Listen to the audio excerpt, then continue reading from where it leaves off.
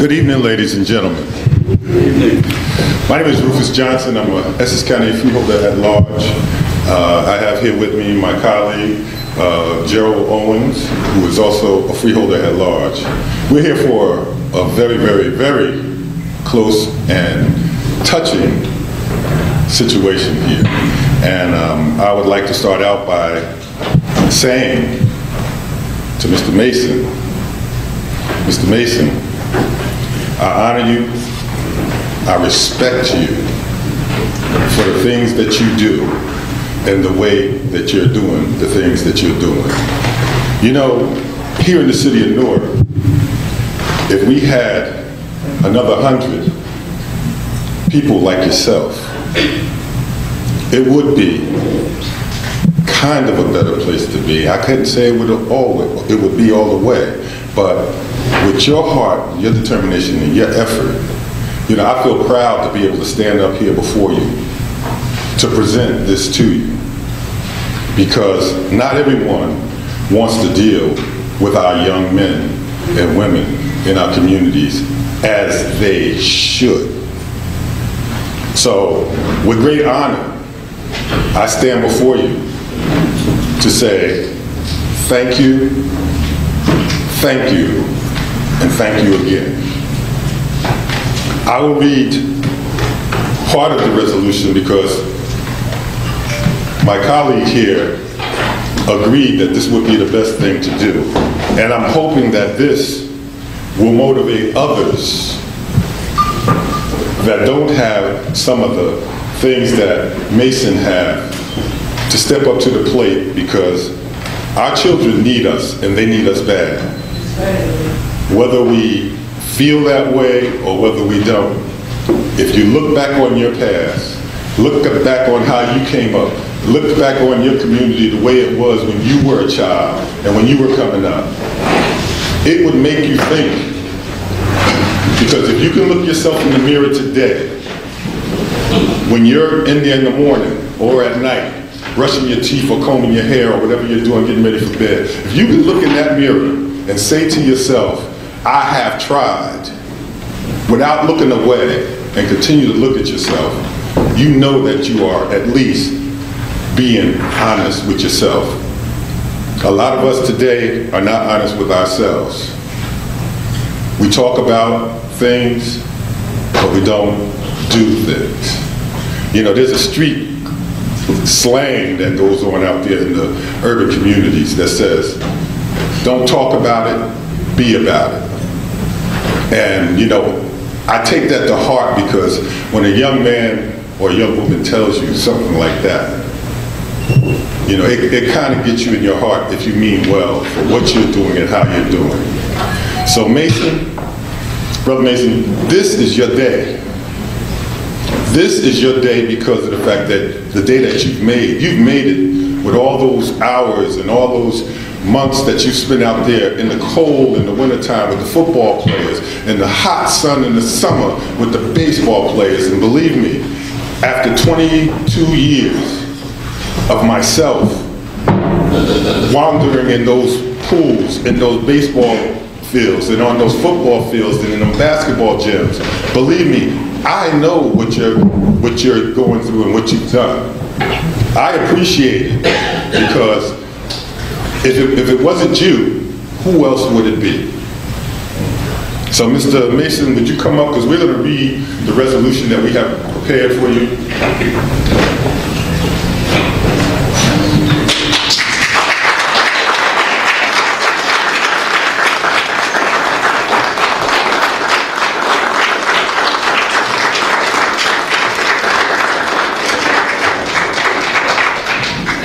And I will read the resolution.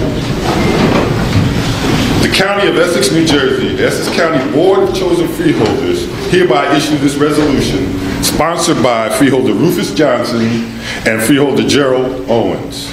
And it reads, honoring Rodney Mason for his inspirational contribution to the community through the coaching of young people. Rodney Mason, a lifelong resident of Newark South Ward. Let me get my other stuff, because I did a little extra stuff there, so I want to bring it up. South Ward is mentoring and inspiring countless inner city young people in the city of Newark as their volunteer football and baseball coach, and through the transformational example of his life story. Affectionately known as Coach Rock, he stands tall, even from his wheelchair, in the eyes of young and old alike, as he teaches them not only sports skills, but importantly, where involvement in drugs and crime can lead you, as well as how lives can be turned around through sports, education, and the active involvement of adults advocating a positive message.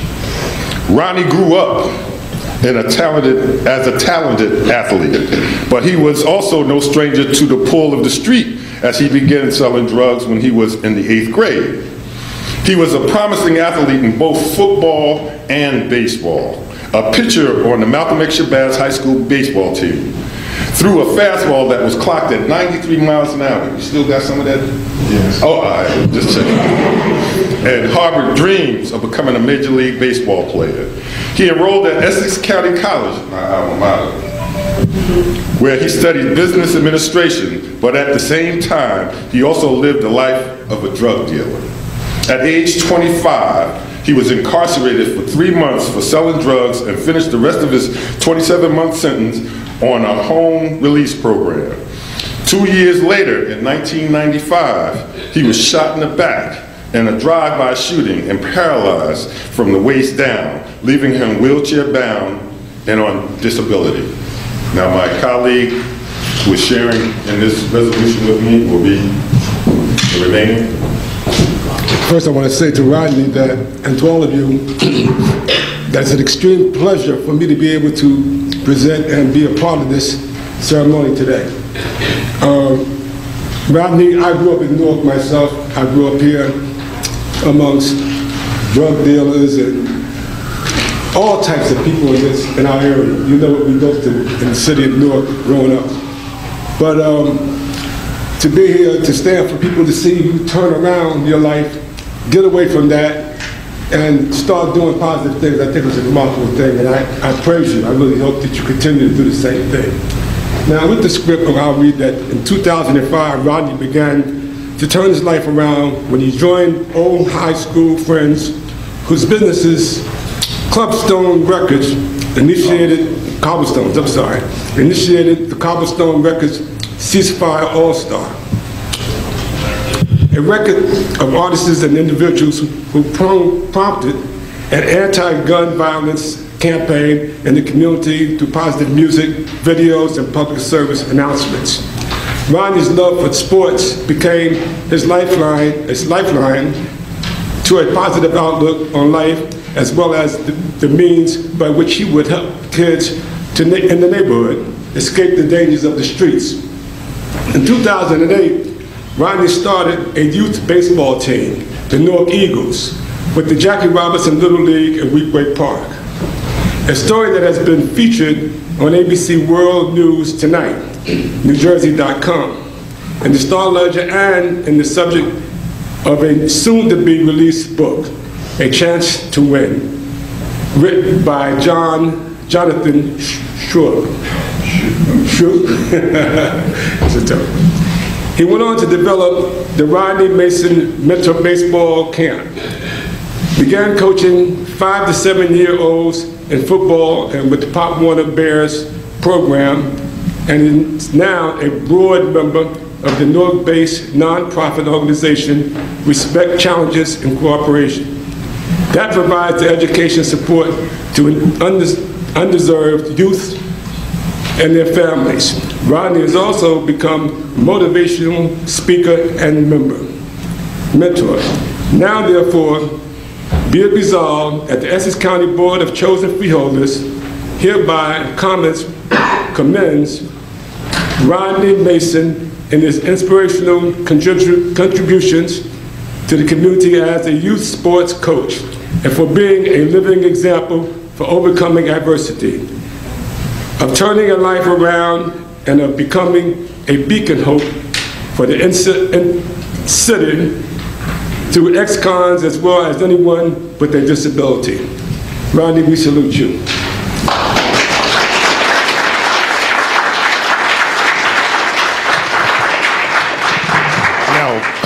Before we let Rodney speak, I would like to, for the people from Cobblestone Records, ceasefire, would you please stand so that we can recognize the groups that he's been working with? What about Jackie Robinson, Little League people, and Raz Baraka's office? We have Sultan in the back, and one of his true friends back there, Kabori Tucker. Could you please stand up?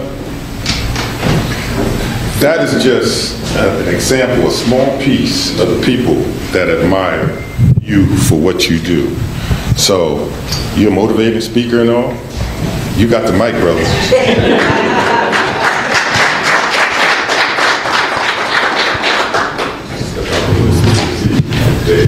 Yeah, first and foremost, I would like to thank God, my mother, my family, my friends, all my supporters. You know, I never looked at this like I deserved it. I just used to just do what I do, so I guess it got me this far.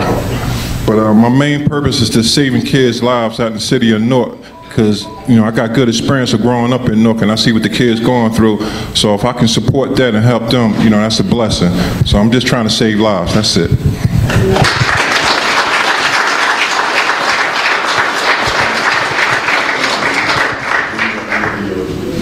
Would you take the mic?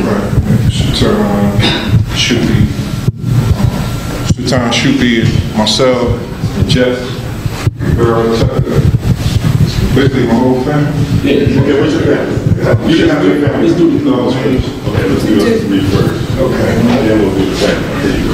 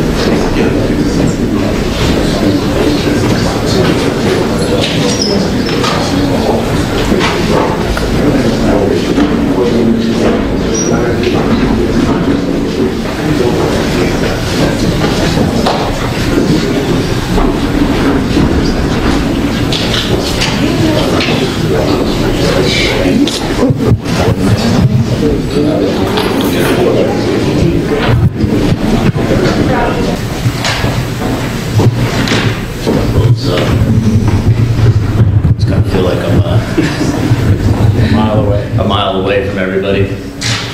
Good evening, everyone. My name is Brendan Gill. I'm the District 5 freeholder, represent 5 towns, Montclair, Bloomfield, Belleville, Nutley, and most importantly tonight, Glen Ridge. I want to welcome you to the Hall of Records for tonight's presentation, when I have the honor of recognizing the accomplishments of students from Glen Ridge High School, as well as their coach. In recent years, the board has had the pleasure of recognizing several state championship teams from Glen Ridge. In 2011, we honored both the girls and boys lacrosse team. Last year, I had the pleasure of honoring the girls lacrosse team again. And tonight, I'm very happy to honor not only the girls soccer team for winning the 2012 Group 1 state championship, but also their coach, Oscar Viteri, for being named the New Jersey Girls Soccer Coach of the Year. Coach, congratulations. Give us a round of applause for that.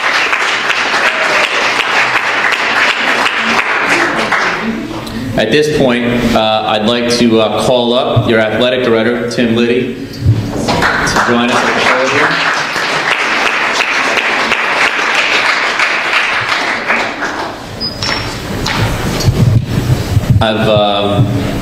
podium. Even though I have gotten to meet Tim in person, if you're from the Glen Ridge, Montclair area, and you know anything about high school sports, you know who Mr. Liddy is, and Tim Liddy is, and it's been actually a great pleasure for me to have an opportunity to meet him, get to know him a little bit better, and this is one of the parts of my job that I really enjoy, being able to recognize student athletes for their accomplishments, to be able to bring them to the Essex County Hall of Records. This is a historic building, one of the oldest in the country in terms of a legislative building, and one that has a lot of not only history, but it's had a lot of famous people walk through its doors. So anytime we have an opportunity to bring folks from all parts of Essex County here to see what goes on here, I think it's a great thing. So with that, Tim, I wanted to give you an opportunity to say a few words about this team and your coach, and then have you call the coach up. So Tim, thank you. Thank you very much.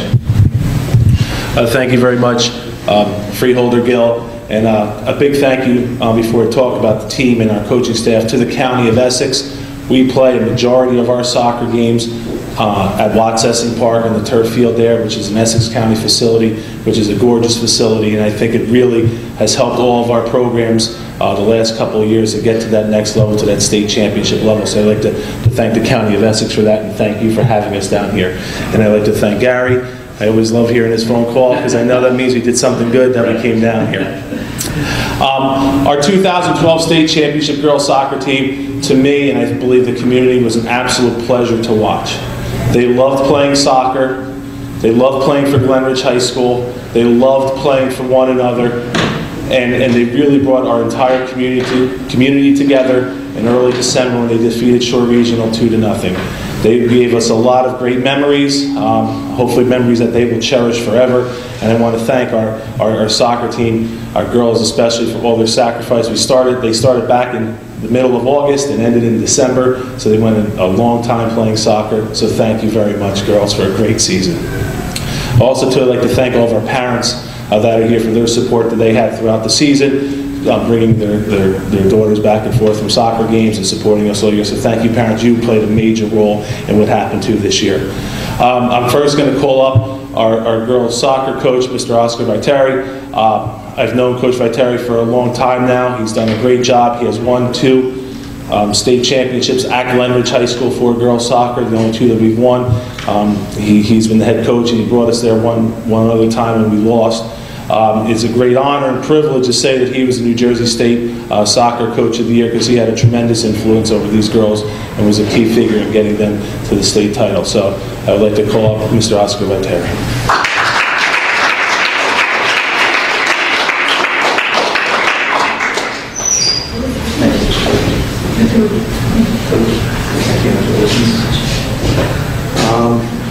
I'd like to thank everybody that's here.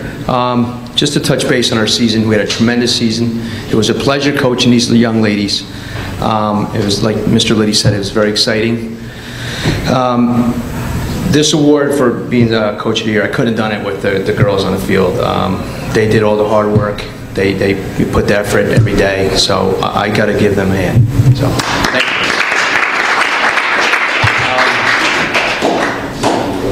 Yeah. Okay. So this is actually Gary, who always puts a tremendous amount of effort into putting these together for the freeholder staff, and then one of the freeholders tonight, I get to play that role, comes and then doesn't follow any of the instructions that he tells us to follow. But you know, again, I'll just reiterate, you know, it's been a great year. You know, all the players deserve the credit. I'm joined by my colleague, Freeholder Len Luciano, District 4, on this achievement. So I wanted to say a few words first on the presentation of the coach. We have his proclamation first, and if you wouldn't mind, Coach, I'd like to read briefly from it, and then we'll bring up the players who made it happen. But Coach Terry graduated from Livingston High School He's a Lancer, and earned his BA in Phys Ed and Health from King College, where he played Division III soccer for 4 years. He began his teaching career in 1992 and joined the Newark Public Schools in 2000, where he still teaches today. He began his coaching career as the JV boys soccer coach at Morristown High School before moving on to Morris Hill High School, Mount St. Dominic Academy, and Rutgers Newark before becoming the Glen Ridge head coach in 2001. During his many years of coaching, he's compiled an enviable record of 231, 122, and 18, distinguishing him as one of the most respected and successful coaches in the state of New Jersey. So, on behalf of the Essex County Board of Freeholders, we hereby congratulate and commend Oscar Bateri for being named the 2012 New Jersey Girls Soccer Coach of the Year by the Star-Ledger, and wish him continued success in years to come. I hope this, as long as I'm able to serve on the board, that this is an annual occurrence. So, Coach, thank you.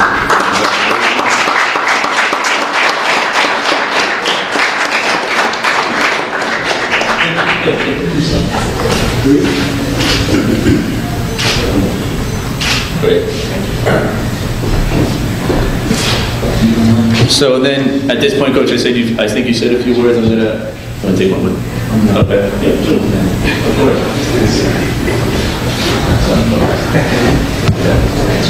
That's right.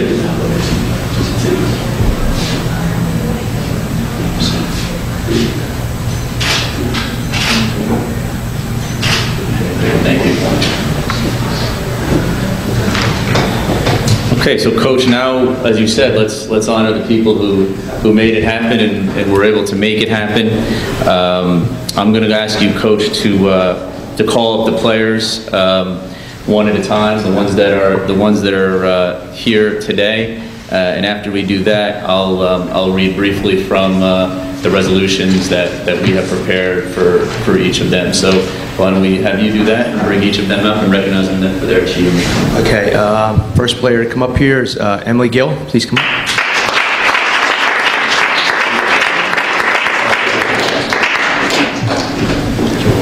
No, different. Ryan Eggy, please come up.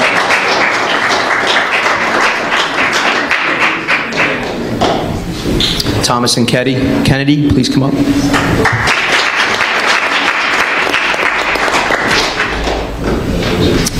Shannon Marhan, please come up.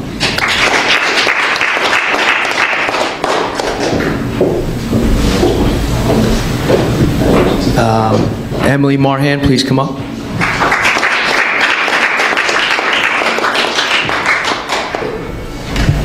Victoria Finley, please come up.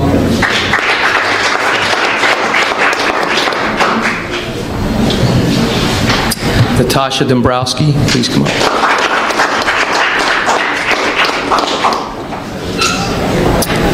Paige Smith, please come up. Caroline Thiel, please come up.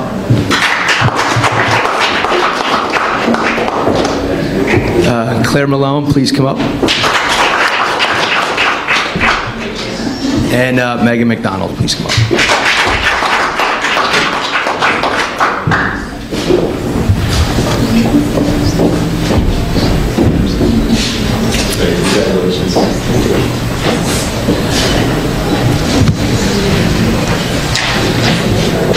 So just to, Coach, briefly, again, if you would allow me just to read briefly from the proclamation that's been presented for each of the players. The 2012 Glen Ridge High School girls soccer team won the 2012 Group 1 state championship by defeating Shore Regional High School 2-0 on Sunday, December 2nd at the College of New Jersey in Ewing. In state tournament competition, the Ridgers first defeated Jonathan Dayton High School 7-0, New Providence High School 2-1, and then Belvedere High School 1-0 to earn the North Jersey Section 2 Group 1 sectional championship for the first time since 2007, before going on to defeat Walwick High School 2-1 and then Shore Regional in the Group 1 state championship game.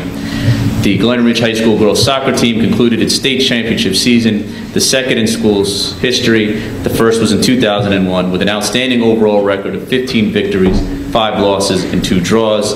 The team earned a final ranking by the Star-Ledger as the #1 Group 1 team in New Jersey and the #3 team in Essex County, and also holds the distinction of being the only Group 1 team in the state to defeat a team ranked in the Star-Ledger's top 20 this year. And for anyone who follows high school athletics, and I do, that is a tremendous accomplishment. Again, the team was coached by New Jersey Girls Soccer Coach of the Year, Oscar Viteri, and assistant coach Lindsay, and I don't want to, Deptula and Brian Anani. So thank you. So thank you again for being here. Congratulations again, and I look forward to those who are seniors, best of luck in the future, and those who are not, I look forward to having you back next year, and to the parents who took the time to be here. Thank you. It's great to see you, and my pleasure to recognize everyone for their accomplishments. So, is there anything?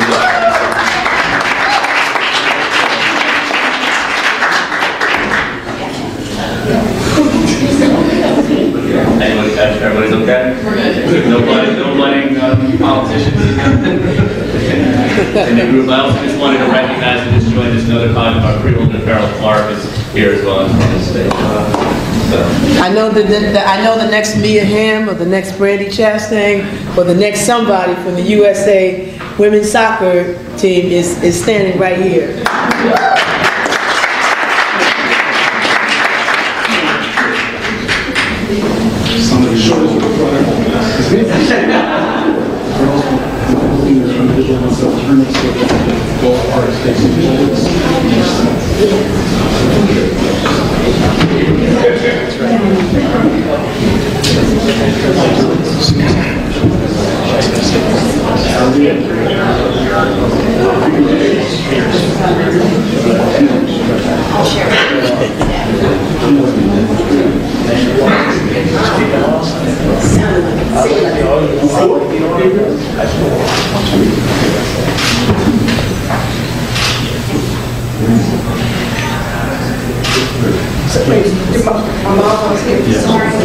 I'm assuming you'll share all down.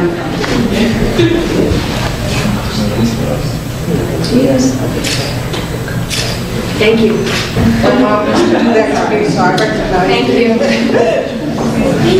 Thank you very much. Thank you. Thank you. Good luck. Thank you, girls. You've been around. Meeting called to order. Will you please stand for the salute to the flag? Freeholder Johnson, will you please lead us in the salute? I pledge allegiance to the flag of the United States of America and to the republic which stands one nation under God, indivisible, with liberty and justice for all. Remain standing for a moment of silence.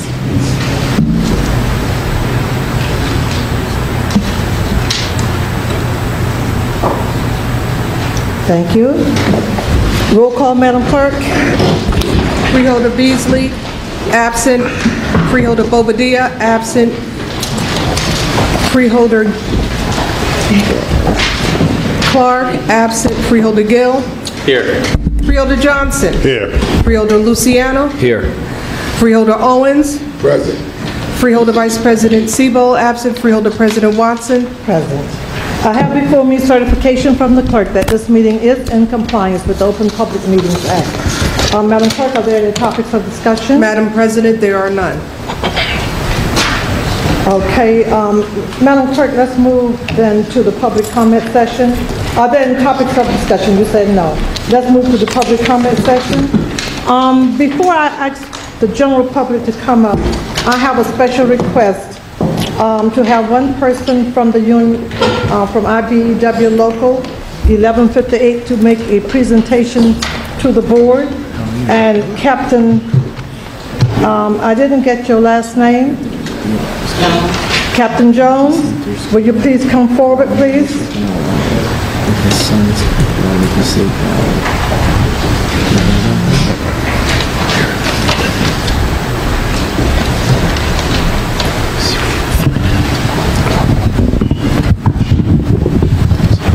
And Captain Jones, since you're representing such a large group, normally we have 3 minutes to make the presentation to the board. I'm going to allow you 10 minutes to make your presentation, And then after the 10 minutes, I will ask you to wrap up, and then the board will make a statement after your response. Okay. Thank you. A name for the record, please, and you have 10 minutes to speak based on your special request from the members of your union. Good evening, freeholders. My name is Captain Jones. I'm with the Essex County Juvenile Detention Center. And tonight, the issue that we're bringing before you is that our concern is our salary. We are the largest and the most dangerous juvenile detention facility in the state of New Jersey. We house some of the most dangerous juveniles here. And I've spoken to other officers from other counties, and I've heard from fellow officers dealing with other officers of different counties, and they are making much more than what we're making. Our officers are starting, on what I understand, at $27,000 a year, and maxing out, I believe, at like $50-something thousand a year. These officers are starting at $30-something thousand and maxing out, some of them starting more than that, and maxing out at like $80,000 and $70-something thousand a year. All of us officers that's been there for some time, we're bringing home the same check for the same past 5 years or so, the same check. We get no cost of living increase. We get every 6 months as of lately, money is coming out of our check for medical care. I understand that, and we all understand that, but it's hard. We can't even get part-time jobs anymore. We have to get part-time jobs to survive. I mean, we have every gang member you can possibly imagine, from Passaic County to Essex County, because we house Passaic County residents in our facility. It's crazy. The county received over $4 million from Passaic County to house these residents. We didn't see not one peanut. And, you know, it's not fair. Share something, give us something. We're the ones who's overlooking these kids. We're the ones who's managing and in control of their safety and security at our facility. I mean, I'm not saying we ought to be paid, but something. And it's not fair that these other facilities only house 7 to 20 kids. And they're doing just fine, and we're struggling here. We're struggling, and it's hard, and it's very hard. I'm just asking that someone, you know, look into it, you know, see the comparison. There should be a salary comparison with Essex County and everyone else. It's just not fair how they're doing this, and we just sitting up here dealing with everything. These kids are coming onto our property, on county property, accosting officers. We've almost had 2 carjackings. We had an officer that almost got carjacked on his way to work. These are the same kids that we're working with every day. We're working with, and we're being threatened by them. We live with them. I mean, it's hard to get away from them. You want to get away from them because you're living with them for 8 hours. We need help. And these other counties are just, they just rolling in the dough. I'm not asking that we go up as high as they do, but something. It's just not, we're not surviving. I'm not asking for a mansion. These officers not asking for a Jaguar. They want a better life to live. And these kids out here are the same ones that's tearing us apart. That's it, madam. Very good. And we certainly thank you for your comments, and your members of your union. We hear you. We are in a budget hearing, and I'm sure we will discuss your concerns at our next budget hearing. I normally don't respond back when we have individuals at the mic, but we normally send our response back in writing. But we will respond back to you before you leave. Just leave information on how we can respond back to you after our budget hearings. Thank you so much. Thank you so much. And again, thank all of you for coming, and good evening.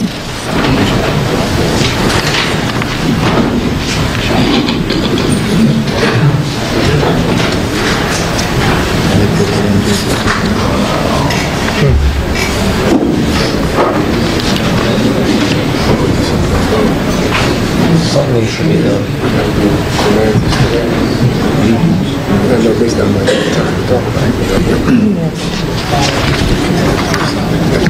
if there is union, how worried they're their negotiations, their bargaining, collective bargaining.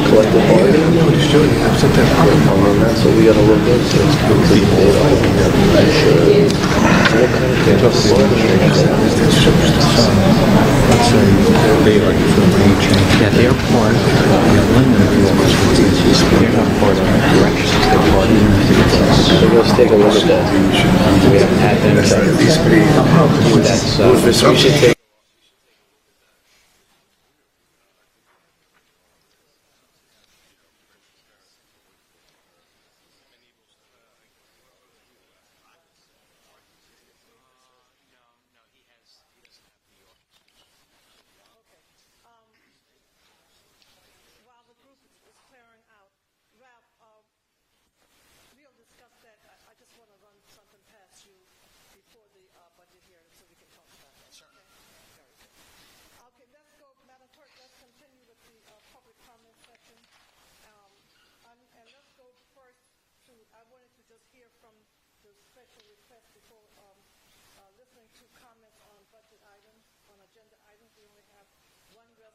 that we'll be voting on this evening.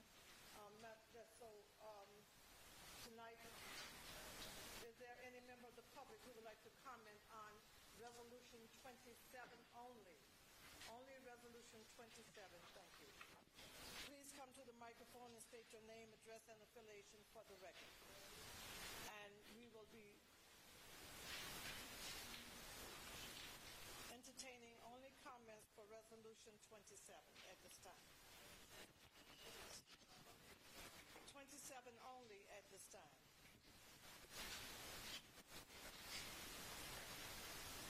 Okay, Madam Clerk, let's,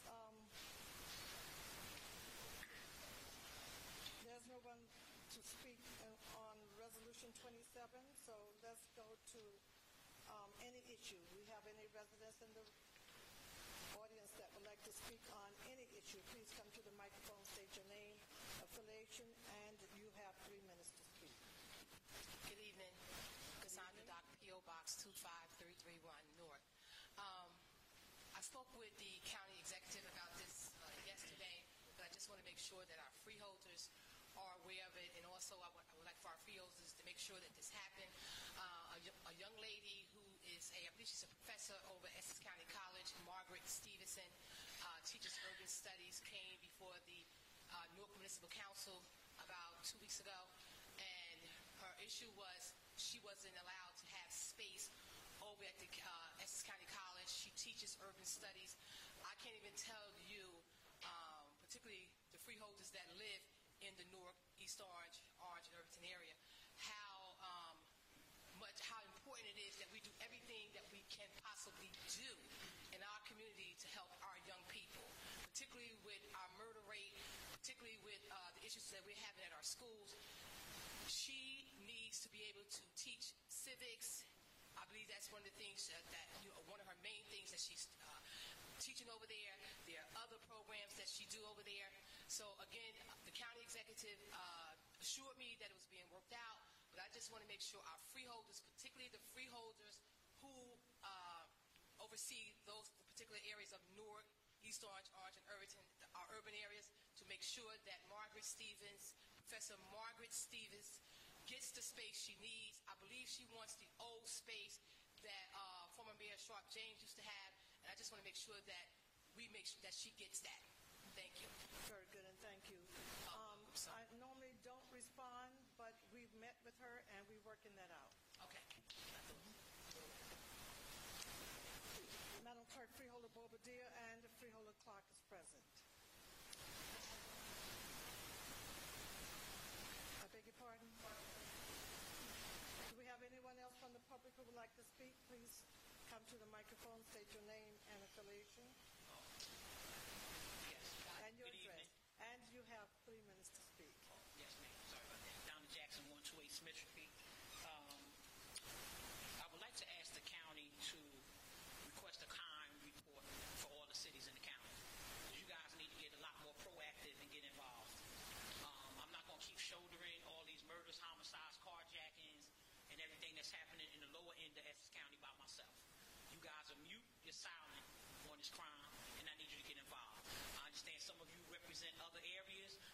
can see when we allow these things to continue in places like North Irvington and East Orange, they spiral out into the suburban communities. I know there's carjacking in suburban communities, but there's not one every 5 minutes like there are in North.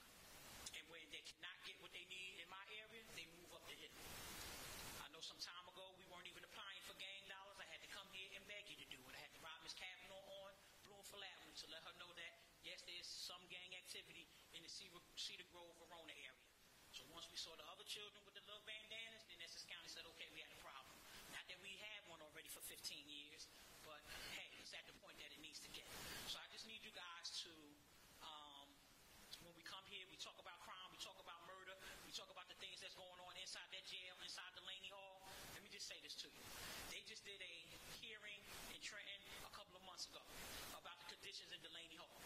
You guys come back and say, oh, no, there was nothing wrong, we went over there. Okay, I don't know what you were looking at, but in the New York Times, when they talked about John Clancy, it's problems at Delaney Hall. We got 3 people in Delaney Hall dead and was in there for parking tickets, not even for a violent offense. Seriously? Because I didn't pay a parking ticket? You suspended my license? I then got a warrant? You locked me up? As we can see with my councilman, ride through Irvington, suspended license, and Ron is in that situation. So for the regular poor folks, it's the things that we go through. Well, I know Ron is. That's why I included him in the statement. Wait. I'm sorry. She good. No, Yeah, that's fine. Yeah, you can't respond. That's why I included. At the mic, I have to pay attention to the speaker. Yes, ma'am. That's why I included Ron in that, because you guys need to understand this is a stone throw away. You could allow somebody to use your car, your niece, your nephew, your son, your daughter. They could get a parking ticket and not tell you. 30 seconds, yes, ma'am. I'm watching over there. Okay, and it could simply be you. Because that's how this system works. So I just need you guys to be more forthcoming with that. I would like to ask you to get the crime stats. I also want you to get the promotion policy and how things are running in the jail, in the youth house, because they just left, okay? And at Delaney Hall, since we are now the owners and co-partners in. Because working conditions also make people have other issues as well. So yes, I want you to go in there and check on the inmates, but you better start asking the employees how they feel at work as well. I know we've talked about, I'm wrapping up, we've talked about bulletproof vests and other things for the officers, and you know I get on you because you guys are only ordering 46, okay, and I got 300 officers, so that's just extra. Very good.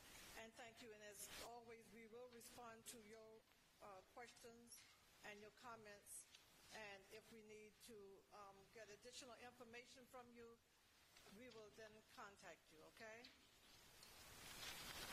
Okay, Madam Clerk, do we have anyone else from the public who would like to speak at this time? You don't see any? Okay, at the end of the meeting, we always allow the residents to come back after we close the public hearing, and at the end of the meeting, you will be allowed to come back and make additional comments.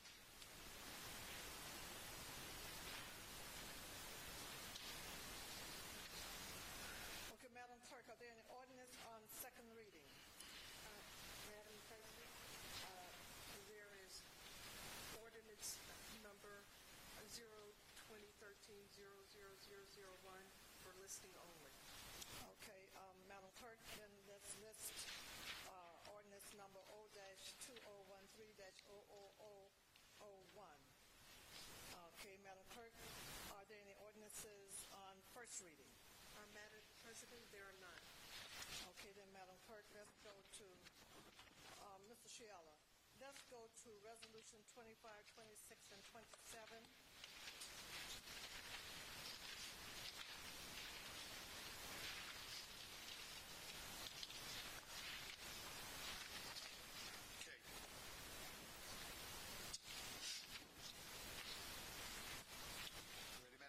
Yes, I'm ready. Thank you.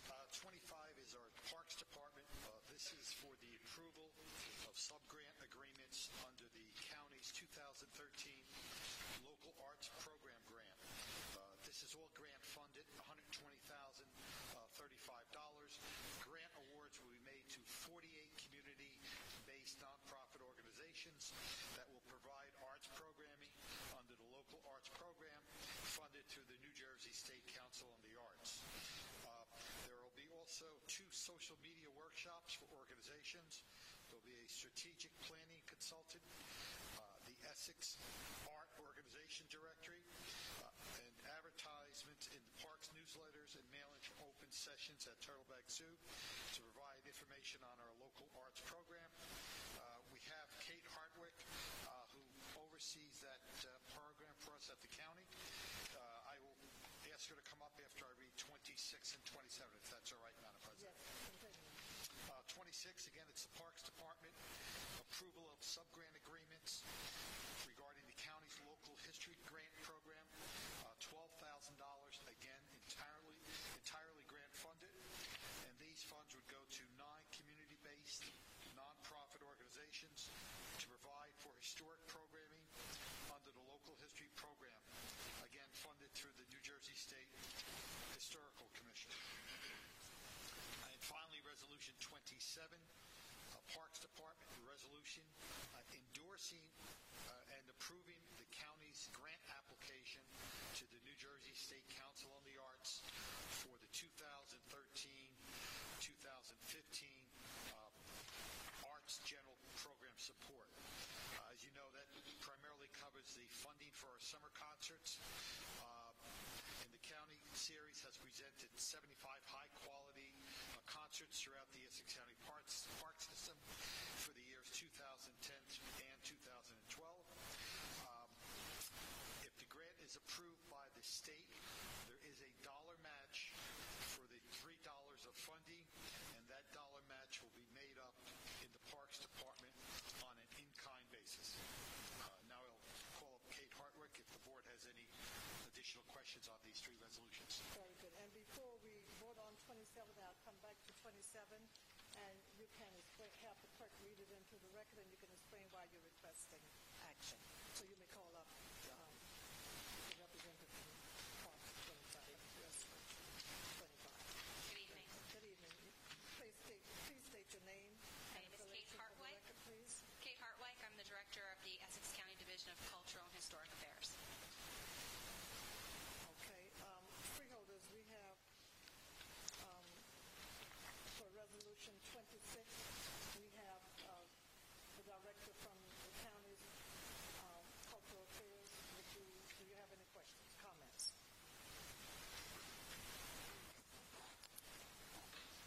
Question, comments, Freeholder Luciana? No question, Madam President, but I just would like to state on the record, I know Ms. Hartwick, and I was able to stop up and visit with her several months back up at Kipps Castle. I know that she's doing an excellent job, and I hope that she continues, and I'm very proud to say that I'm looking forward to supporting her with any grant funding or anything that the county can do. Thank you. Additional comments, Freeholder? Just give us a brief synopsis of the arts program and what will this grant provide to the residents? The arts program is designed to support our local arts organizations, those who are not eligible to receive state funding. State funding is reserved for those who are having a multi-county impact in their programming.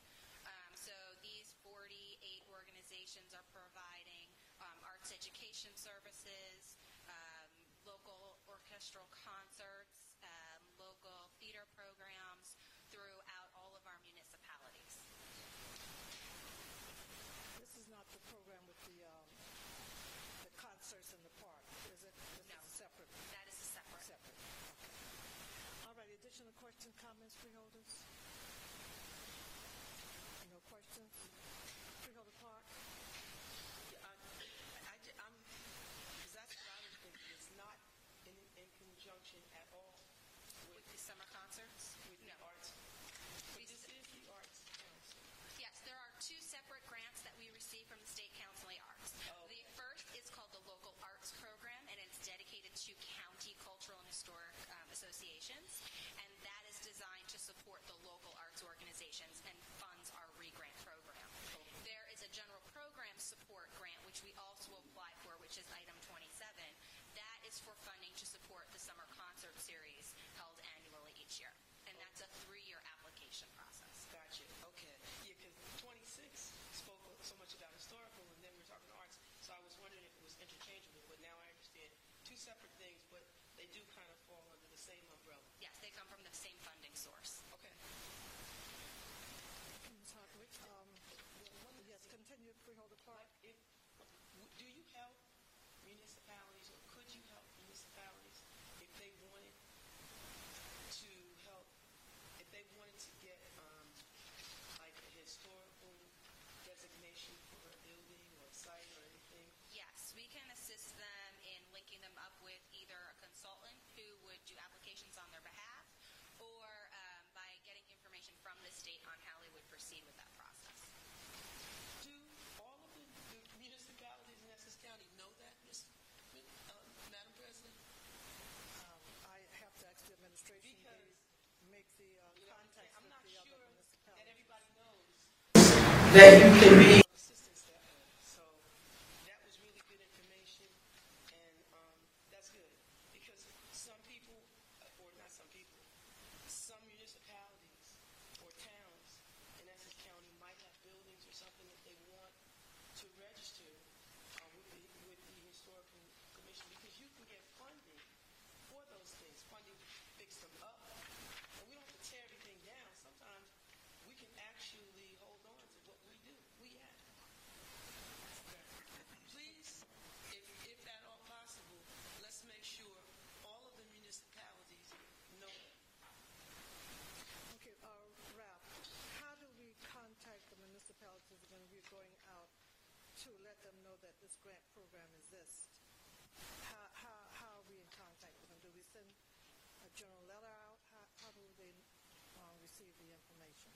Through you, Madam President, I think there's two things, if I hear correctly. One is letting our municipalities know about the services that we could provide in our local arts program. That could easily be done. I'll work with Mr. Salvati and Kate through our liaisons. As you know, we have liaisons in every municipality that attend their municipal meetings. We will meet with them. We'll get communications out to them. We will email the mayors, councils, and/or business managers regarding Freeholder Clark's issue that she raised. In terms of how the local arts programs are aware of this program, it's advertised. Many of them have been recipients in the past. They're probably on our portal. They will get email notifications of a grant announcement. They will then download the application, submit the application for funding. Throughout the year, our local arts office is inundated with requests, and their office keeps in touch with them on file, and when those opportunities arise, emails, letters are sent out to those interested parties. They all have an opportunity to apply. As you can see, 48 will be receiving funding, and it's countywide. So it seems to have been working, this program. And obviously, the more word out in the community, the better, because hopefully next year we could have 52 or 58. Thank you, Madam President. And most of they're not from one area. They're all over the county. Am I correct? Yes, Madam President. In your packet, you'll see all of the groups that are included, from East Orange Public Library to an arts program in Newark to the Belleville Library, Metropolitan Orchestra in Short Hills. So it's pretty well diverse. Very good. That's what I want to hear. Okay, additional questions, comments, freeholders? Ms. Hardwick, thank you for your presence this evening to advise the board and give us general information on the program, and continue to do the job that you're doing. Thank you, Madam President. Okay, Ralph, let's go to 27. Madam Clerk, will you read 27 into the record? Resolution number 27, Department of Parks, Recreation, and Cultural Affairs. Resolution endorsing and improving the grant application for the New Jersey State Council on the Arts for general program support funding for 2013 through 2015. Okay, Ralph, will you explain the resolution again and tell us why you're requesting action? Yes, we're up against a time constraint applying to the State Council. The way it operates is you apply every 3 years for the arts program. So this is our cycle for 13, 14, and 15. We've been very successful in the past in bringing the dollars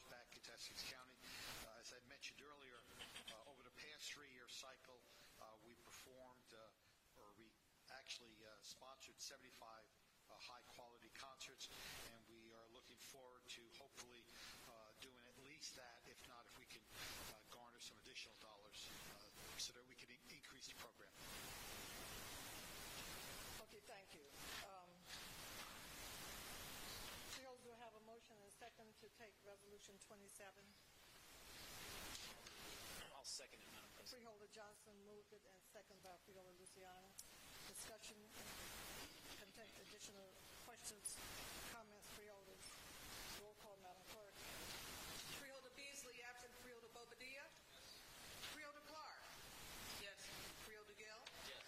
Freeholder Johnson? Yes. Freeholder Luciano? Yes. Freeholder Hollins? Yes. Freeholder Vice President Sebo, absent. Freeholder President Watson? Yes. So moved. Okay, Ralph, let's take Resolution 1. Resolution number 1 is authorizing the renewal of the county's commercial property insurance for our Essex County Correctional Facilities with Affiliated FM Insurance Company for the period January 1st, 2013 through January 1st, 2014. Annual premium, $374,557.15. The previous premium was $254,163.47. This represents, in this new year, a 68% increase in the premium, roughly $119,000. As you know, there were some great damages that were suffered at our correctional facility as a result of Superstorm Sandy. And as everyone knows in the market with insurance, once you file a claim, you are then subject to increases in your premium. This is a direct result of our large claim that we had filed with the insurance carrier. We did have 2 quotes that we did receive. However, they were much higher than this premium, and they were around the $1 million mark. A few other companies declined to even offer coverage. And this primarily is for our county correctional facility. Just so that you realize the claims that we had, there were 2 primarily with this carrier. One happened to be a boiler machine, a large piece of machinery, and the second was the Superstorm Sandy. So there were 2 major claims that were submitted to this insurance carrier. Short answer is the renewals, they are increasing our renewals by $119,000. So, normally Mr. McInerney is here, but he's on vacation. And freeholders, if you have any questions for Mr. McInerney, our financial advisor, our financial advisor, we can get that, receive that information next week. We are not voting tonight on these items, just for information and discussion. Freeholders, questions, comments on Resolution 1. Freeholder Gill. Thank you, Madam President. I think, through you, Madam President, I think the administrator just answered that question. Is that why we're seeing significant raise in the premium? Those are the 2 reasons? Precisely. I think it's roughly $120,000. Roughly 68% increase. That is correct. So that's probably the biggest we've seen. It's the largest increase I've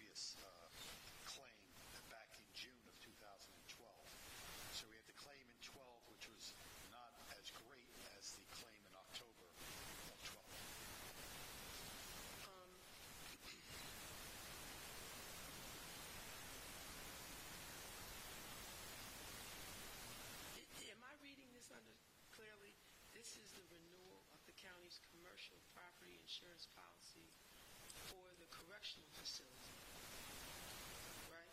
That's correct. So it's not for the entire county. It's just for the correctional facility. That is correct. There are very few carriers that insure correctional facilities.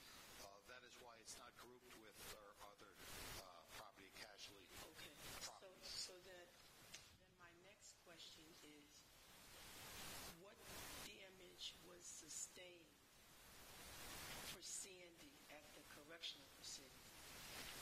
It's a great question. I have Frank Delgardi, our risk manager, who worked night and day on this.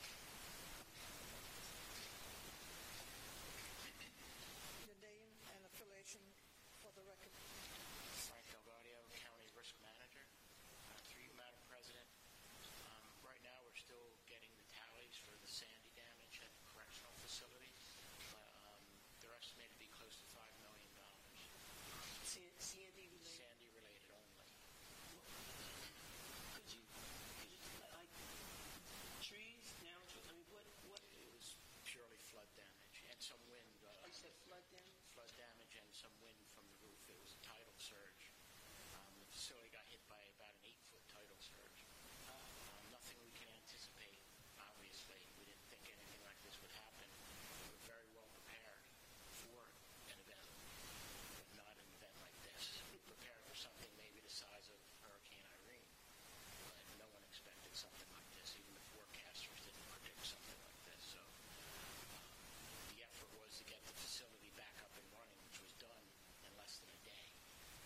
In order to get the generators and fuel and things of that nature that were scarce, we really had to assemble a large team.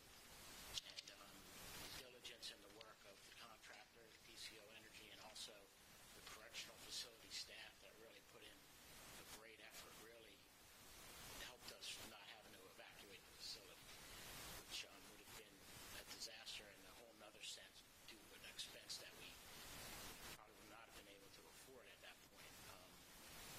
So the damage was significant. Questions, comments, Mr. Delgado, normally when we go out for bids for quotes for our insurance companies, when do we go out to get a quote for this particular insurance? I have a letter from the insurance carrier that was dated November 14th, 2012. And it was a conditional renewal notice. And the starting price was $424,000 was the actual price. So we were able to get the number down. Plus the broker on this account took a commission cut because they didn't believe that they should benefit from storm-related damage, which was very good. Obviously, that's what's going through the industry now. That also helped us get our premiums down by at least another $15,000. Okay, because we didn't have it locked in before the storm? Correct. This came out after the storm, and the other quotations we received, some were over $1 million for the coverage. A lot of companies would only give us $5 million in flood total. This policy gives us $100 million in flood protection. Some other policies would only give us $5 million total value for the facility, and the facility is valued now at over $425 million. That's why this facility's total value is close to the remainder of the county's total value. It's an enormous complex, and the mechanicals and everything included with it is why the premium is so high. People look over to you. The assumption that we don't reset before once the release Through you, Madam President, the only deductible increase was on the flood. The flood went from $100,000 to $500,000. On flood only. All the remaining deductibles stayed the same as expired.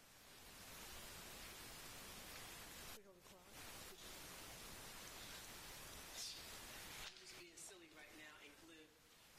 Frank probably knows I'm getting ready to say something off the wall. You know, we really need to just go ahead and start our own insurance company, okay? accumulate interest, and then when we really need it, use it. Because insurance is like, you have to have it. And then when you need it, and you use it, then you get penalized for using it. Well, heck, if you're going to penalize me, then I might as well put my own money aside, use it when something happens, and then, who knows, it might sit there for 10 years, because you might pay insurance for 10 years. When's you going to have another Sandy, for crying out loud? But you have property casualty for it. Then you're going to increase the premiums to the roof. I mean, that's just the world according to Carol Clark. Excuse me, Ms. Watson, but I had to say it. I just had to say it. I have to say, every time I've come before this board, the premiums have been going down.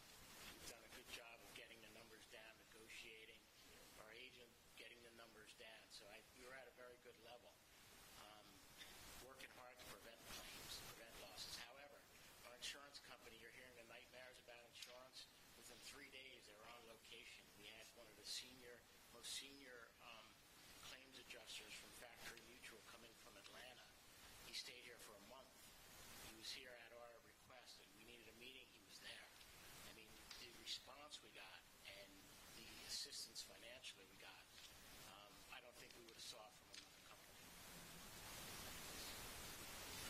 To your knowledge, are there any other companies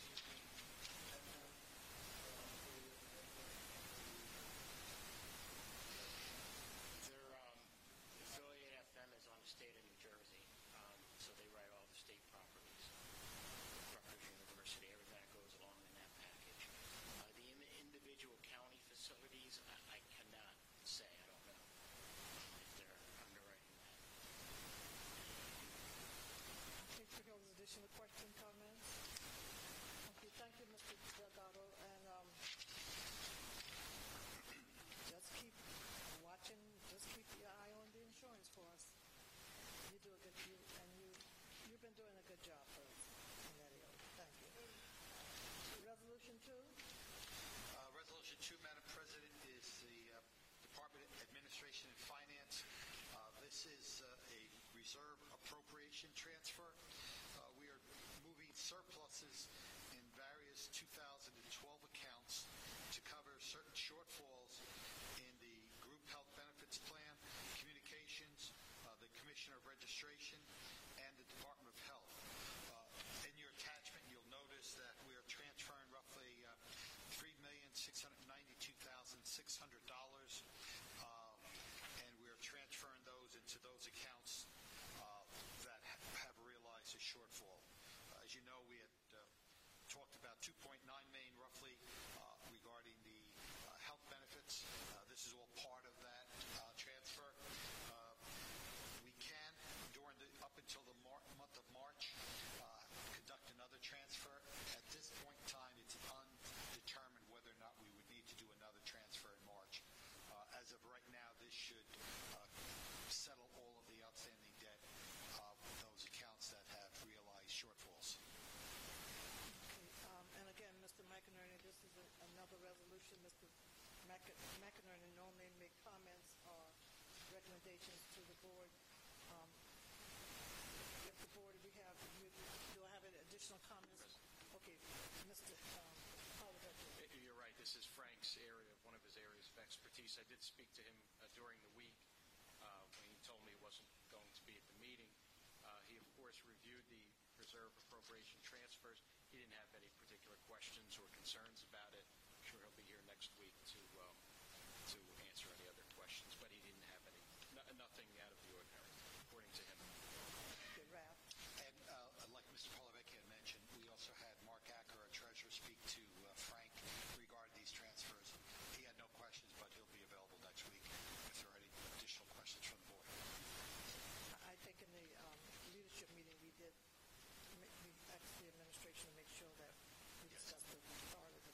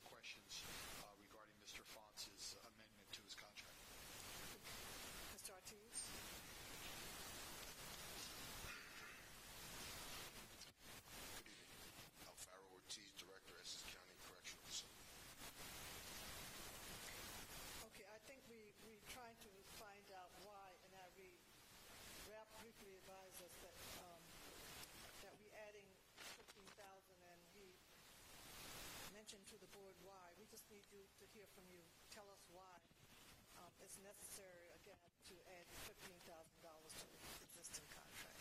During the time period in questions, we had various initiatives and issues that we had to deal with, but most notably the occurrence of October with the Hurricane Sandy. That largely drives this particular request because of the enormity and how catastrophically the institution was crippled, and we made it through, but it was a concerted effort and his talents were definitely utilized. Freeholders, question. Freeholder Johnson. Yes, you're adding $15,000 to his $90,000 salary. Is this $15,000 going to stay on it next year too? For the whole year? Once you move that salary to $105,000, is it going to stay there? Or is that just for this year? We're just going for this particular time period. The next renewal will be dealt with accordingly, but right now, because of what we had to face and what we had to do, we're making this request to make it even.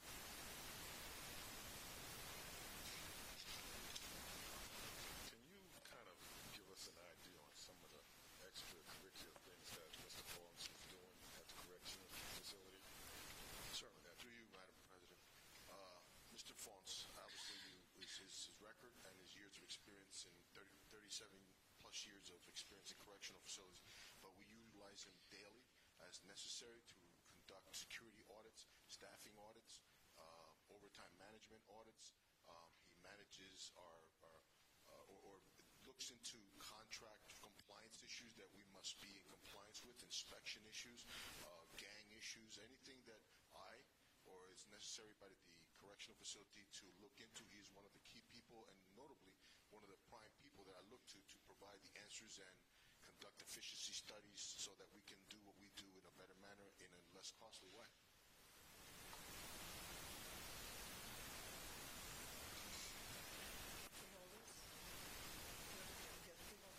Madam President, to follow up on that question, could you provide for the board some examples of where he has saved us money? Yes, you can. Yes, please. Specifically in our staffing issue, sorry about that. No problem. Keep in mind that the initiatives that we have undertaken with the federal program and the ICE program requires a lot of staffing, so we have to make sure that everything that we've indicated that we will provide the federal government and the ICE, Homeland Security, that we have the appropriate staffing, not anymore, not any less than necessary, but to be efficient.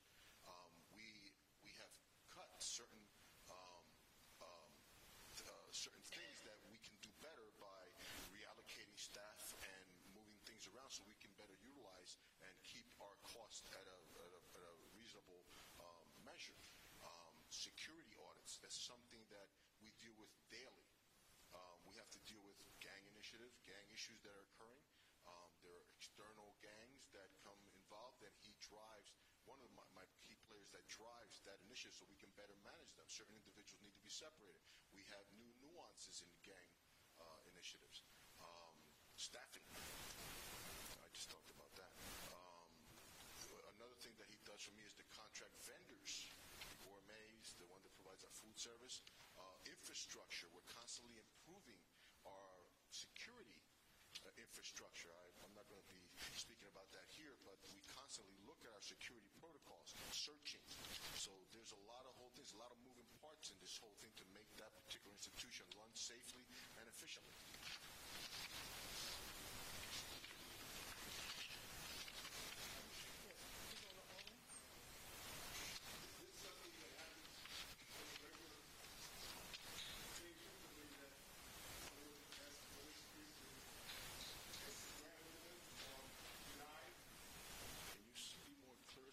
Exactly what you're saying?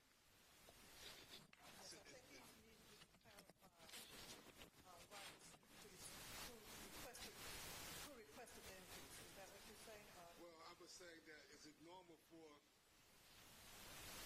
management services to ask for an increase of the salary? Is that a normal procedure? It's not normal, but when you have a Hurricane Sandy that catastrophically created a situation that was untenable, and we had to address to maintain 2,300 that we have at the facility safe and secure. And I might add safely and quietly, both from the staff end and from the inmate end. We had a good turnout in light of everything that we had to do for over a week and a half, although certain things were resolved immediately, but we were there 24/7 for over a week and a half, to include the county executive.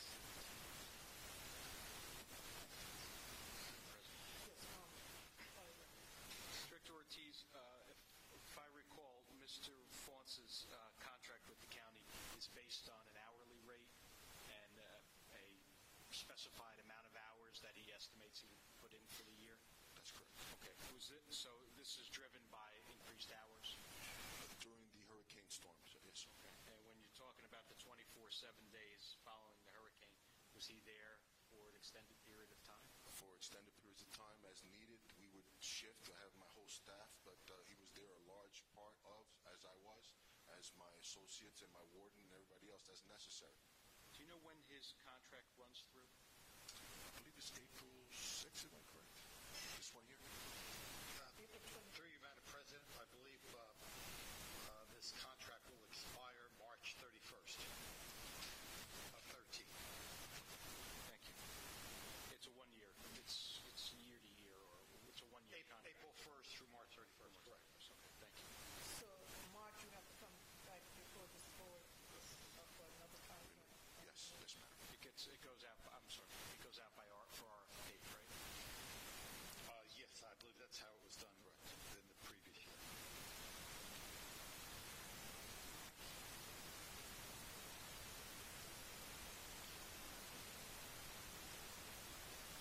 Okay.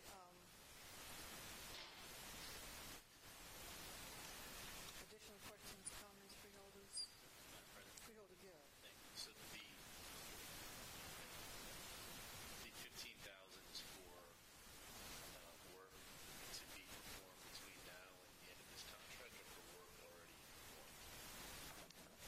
Through Madam President, this 15,000 is added to his existing contract that will carry him through March 31st of this year.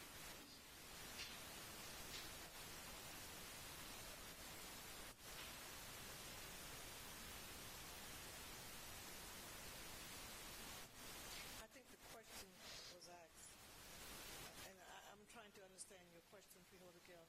You want to know, we need the additional funds to pay for services that he have already delivered, or you just want to make sure you have enough in the budget to cover the existing contract with the increase? Because we've spent up to what the existing contract, be close to spending what the existing contract we approved previously. Am I correct? Yeah, Madam President, I think when this contract was last year, I was anticipating the number of hours, the number of months to utilize Mr. Fonce. However, when Sandy came along, that threw a lot of those hours that the director was looking for to utilize during the months of February and March and January. Those hours were eaten up during the storm. We still need for him to provide that service. Hence, we need to increase that base contract by 15. For the remainder of the contract. That is correct. Which is about another month. Actually, it's a month and a half. Well, a month and a half. Yeah.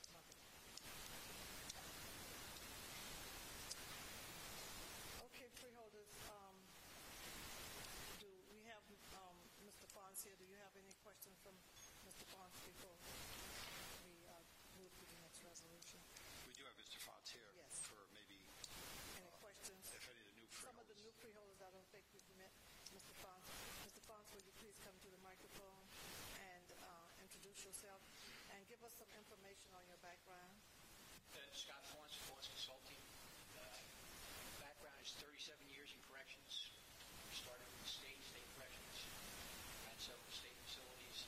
Could you come a little closer to the mic, please? Thank you. Ran several state facilities as the director, as the warden of those facilities. I ran Hudson County for 2 years back in the 90s. Retired from the state as the deputy commissioner, supervising 13 state prisons in early 2000.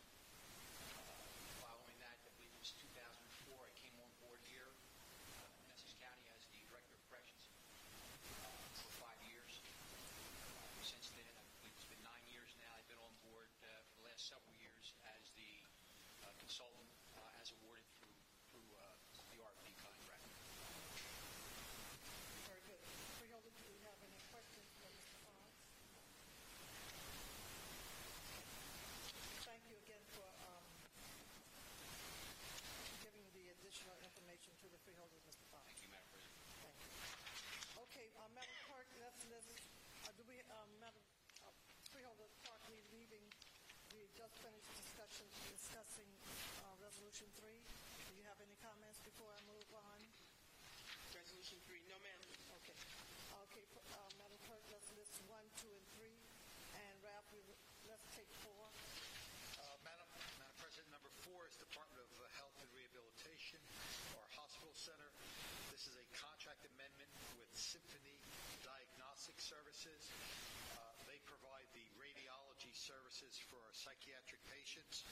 This contract was originally let July 2nd of 2011 and will run through July 2nd of 2011, and it will expire July 1st of 2013. We are asking to add $36,000 to this contract. As you recall, at one of our previous meetings, we had a similar 2-year contract for pharmaceuticals. There, as well as with this contract, the original estimate in terms of usage was underestimated. At the time, our census was not as high as it is today. That is primarily one of the main drivers for this particular amendment. As I had mentioned earlier with the pharmaceutical contract, we are finding that with the populations that the county has realized in the last few years, unfortunately our patients are much sicker than they had been in the past. Doctors will tell you that because of some of the medications that our patients are on, they do create some other ailments. That is part of the pharmacy-driven. However, our doctors also need to provide for services, and this contract speaks to radiology services. We do have George Philippe Beau here, and I believe the vendor is present too, if the board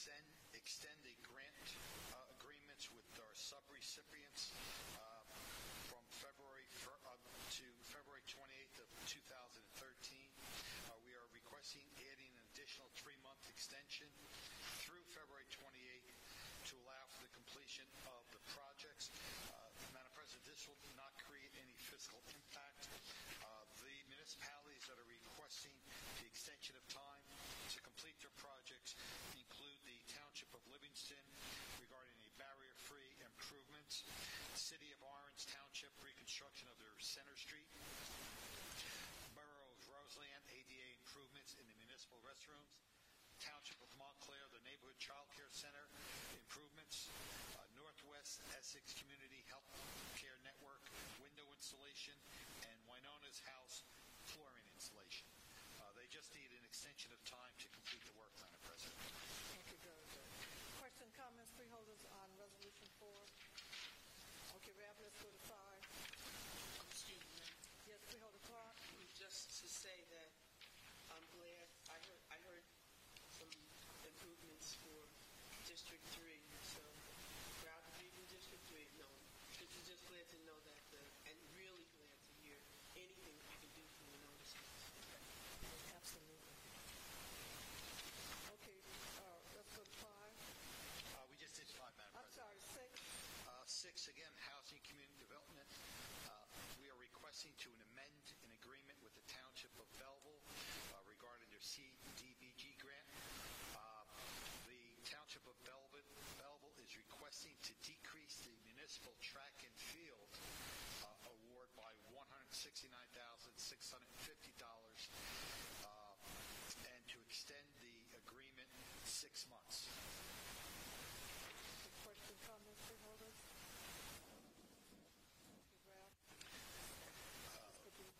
Resolution 7 is... Oh, I'm sorry. Freeholder Johnson, I didn't see your hand. Okay. I apologize. They are decreasing it. Is this for the stadium they have there? This is, through you, Madam President, yes, this is as a direct recommendation by the township. They will still be able to complete the track and field facility project even with the reduction of funds since they will issue a bond for the remaining issue. That $169,000, you'll see it in a later resolution where they want to use that money to reprogram it. Okay. Additional comments, freeholders? Dr. Rabb? 7, again, our Housing Community Development. This is to amend the agreement with the Township of Belleville. This is to take the $169,650 that they are reducing from their municipal track project. They're asking to increase their reconstruction of Academy Street. The original contract for Academy Street was $323,900. It'll now be at $493,550, and they believe that this will assist them in completing the project. Questions, freeholders? Comments? Let's go to 8. Let's go to 8, Rab. Resolution 8 is the Housing Community Development. Again, we're requesting to extend the grant agreements for the period June 1st through May 31st, 2013. This is for extension of time only, no fiscal impact.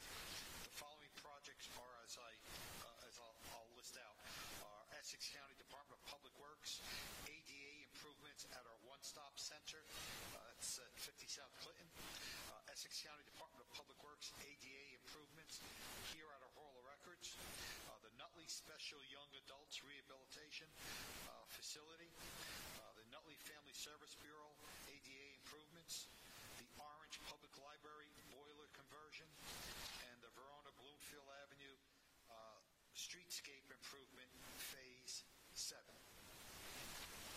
Okay. Let's stop there. Question, comments, freeholders?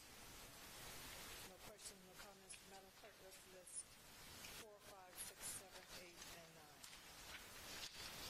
Okay, Rab, let's go to Resolution 10.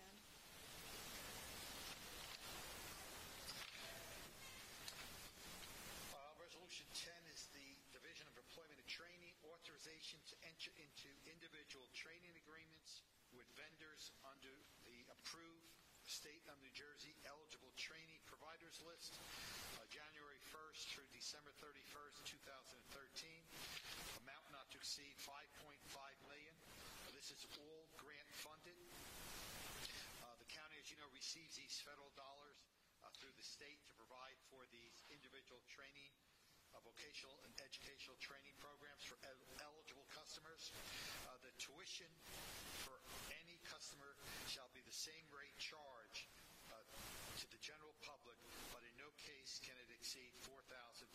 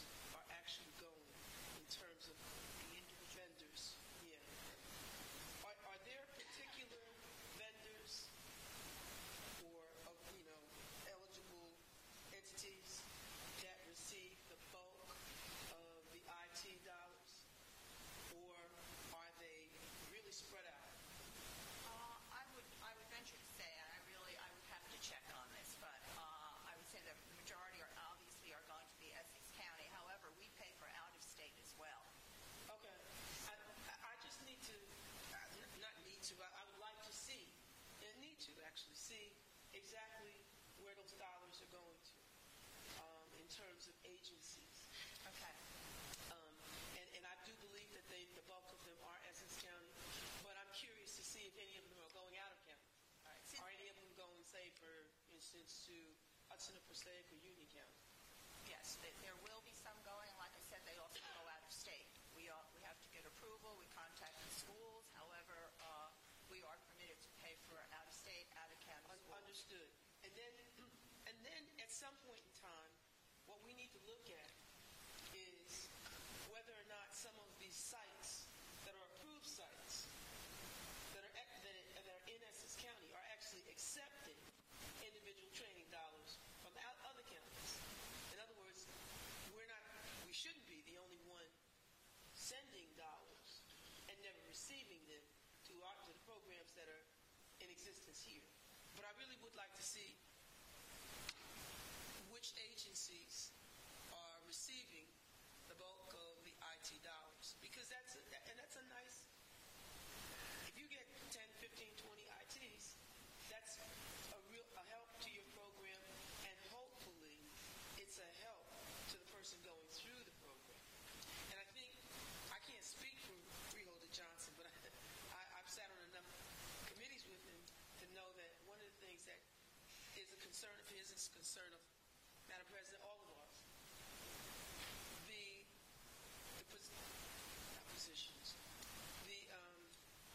courses that the person is taking, and Mr. Shalal was nodding his head, because if anybody knows this field, he knows it in his sleep, because he understands it very, very well, better than most people.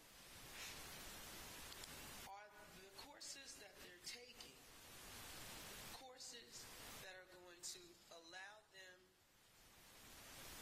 to really become gainfully employed and not put them in, excuse my vernacular, dead-end jobs? They are. I don't mean to be like smart or anything like that. I'm not trying to be persnickety. Really, I'm not. I'm very serious, because if all they're going to get, you know what I mean, it's not really helping. It helps them for a minute, but then they're right back in. Then you get that whole cyclical thing. They hit a dead-end job. Now they got to come back to 50 South Clinton Street. Now they got to go back to the hole. It's just crazy. But, you know, and I understand that you do a good job. You're smiling because I don't beat up on you too much, hardly ever. But I really would like that data as quickly as you could. And then, Madam President, we need to set up a meeting, a committee meeting. May I add to that? And the success rate of some of those programs with our kids that are graduating and moving on, do they keep a record of that? Yes. I'm just at your note that it may take some time, since we are talking about several hundred contracts that we would have to review individually. And the total dollar amount for this year, for the training cost for the year, $5,500,000. I'm looking at fiscal impact. $5.5 million. $5.5 million. So we should see some results from this, right? Yes. And actually, this is for 2012, not for 2013. You couldn't give it. You can't give it to me for 2013. It would have to be for next year. So, but this contract is starting January 1st and ending December 31st. That's correct, Madam President. Yes. Calendar year. Calendar year. So what you're requesting is did we receive approximately the same dollar amount last year that we received in this year? I'm trying to remember now. I think we were cut at one point. However, they keep adding dollars throughout the year. Our youth program went down, and then when you start adding in the our dollars, the emergency dollars, it brings it back up. So, you know, it fluctuates in that sense, and I really, to be honest, at this point, I was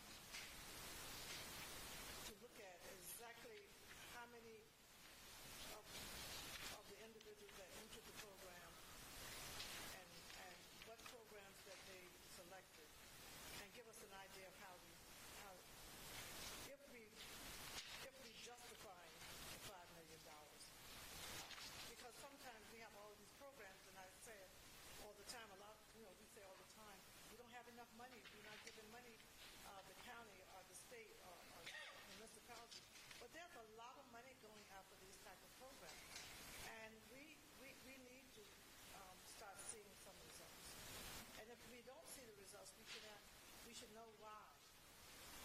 We're not seeing the results we should see. But preparing people for the jobs.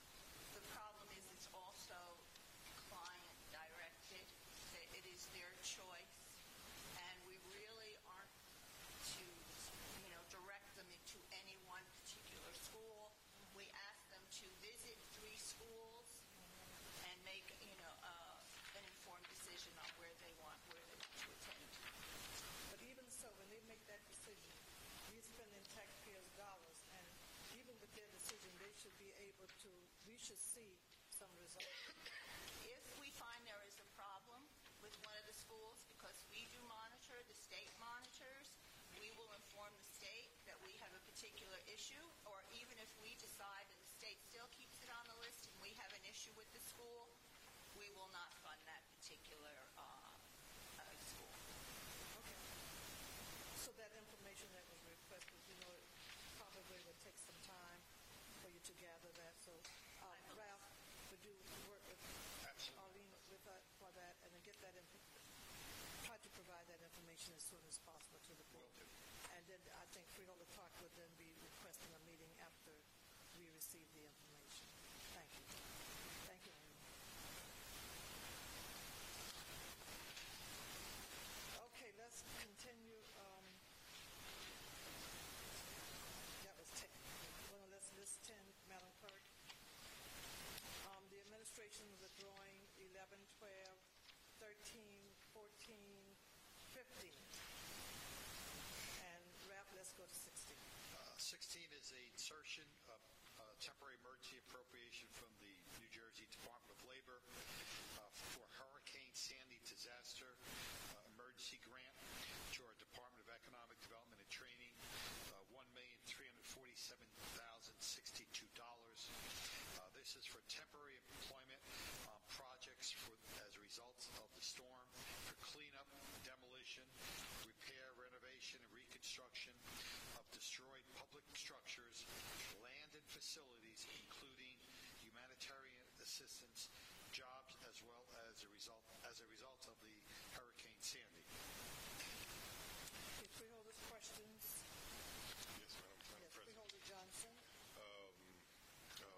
Ralph, I called in reference to some of those FEMA. This is with FEMA, correct? No, through you, Madam President, this is not through FEMA. This is a direct grant the county was able to receive from the Department of Labor. Okay. It has nothing to do with FEMA. Okay. So through this, there's going to be some jobs available. Am I correct? Or I think have they already been taken? I believe, Madam President, in Resolution 17 of those jobs have been spoken for and have been addressed already. As you know, as soon as we got the money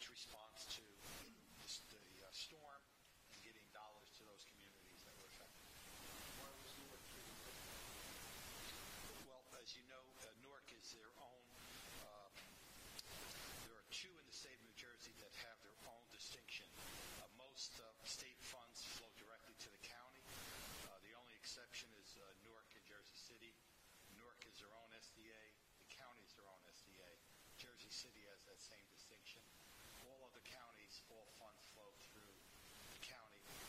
Because Newark and Jersey City has such a large need, there are 2 SDAs. Service delivery areas, I'm sorry. Okay. Freeholder Park, and then I'll go to Freeholder Gill. After Freeholder Park.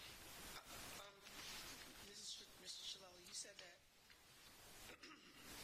these agencies, I need to be clear, have these agencies already received these dollars and these dollars are spent, pretty much? I will ask Ms. Or they're in the process of being spent? The workers are working, but I will have Ms. Steinbecker respond. Arlene Steinbecker, Director, Division of Training and Employment. I do have a chart that I can pass out that shows the number of workers and what municipalities.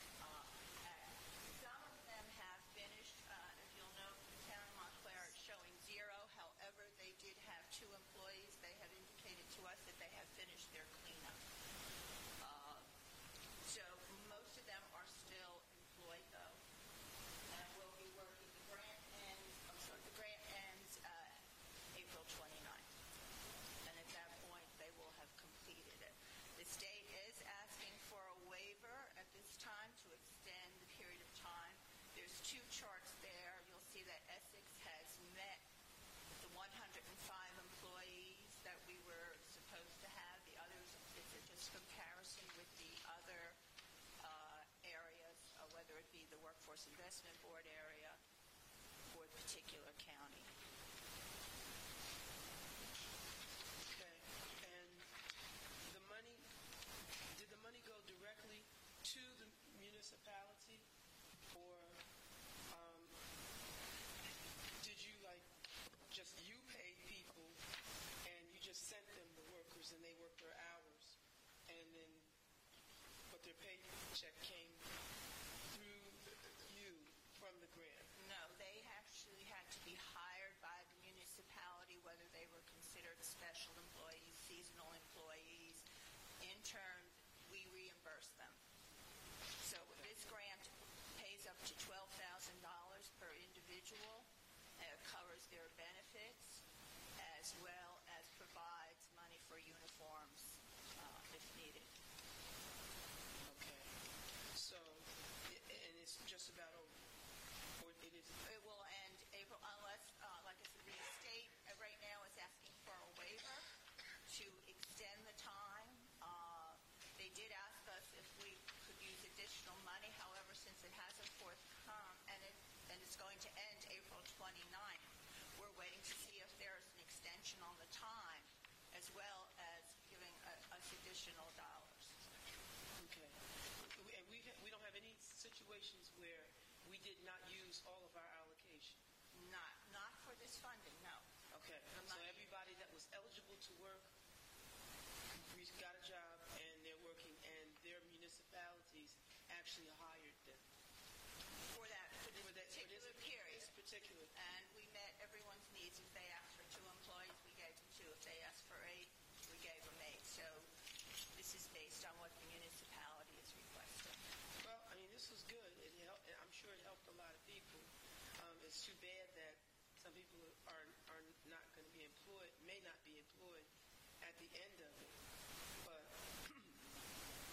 it was strictly for the emergency cleanup. However, we do have some that I think 1 or 2 have already been employed. Don't ask me what municipality. I can find that information out, but we're hoping that we make it more higher. Did all of this money go to individuals, or were you allowed to aggregate money? For instance, if it was $12,000 per person, were you able to say, like, well, let me take the salary of 10 people and give it to a company? No, this is only municipalities. Yeah. That we and it was depended on the number of people they wanted, and it still was $12,000 per person. Yeah. But I'm not understanding. Okay, I just wanted to make sure that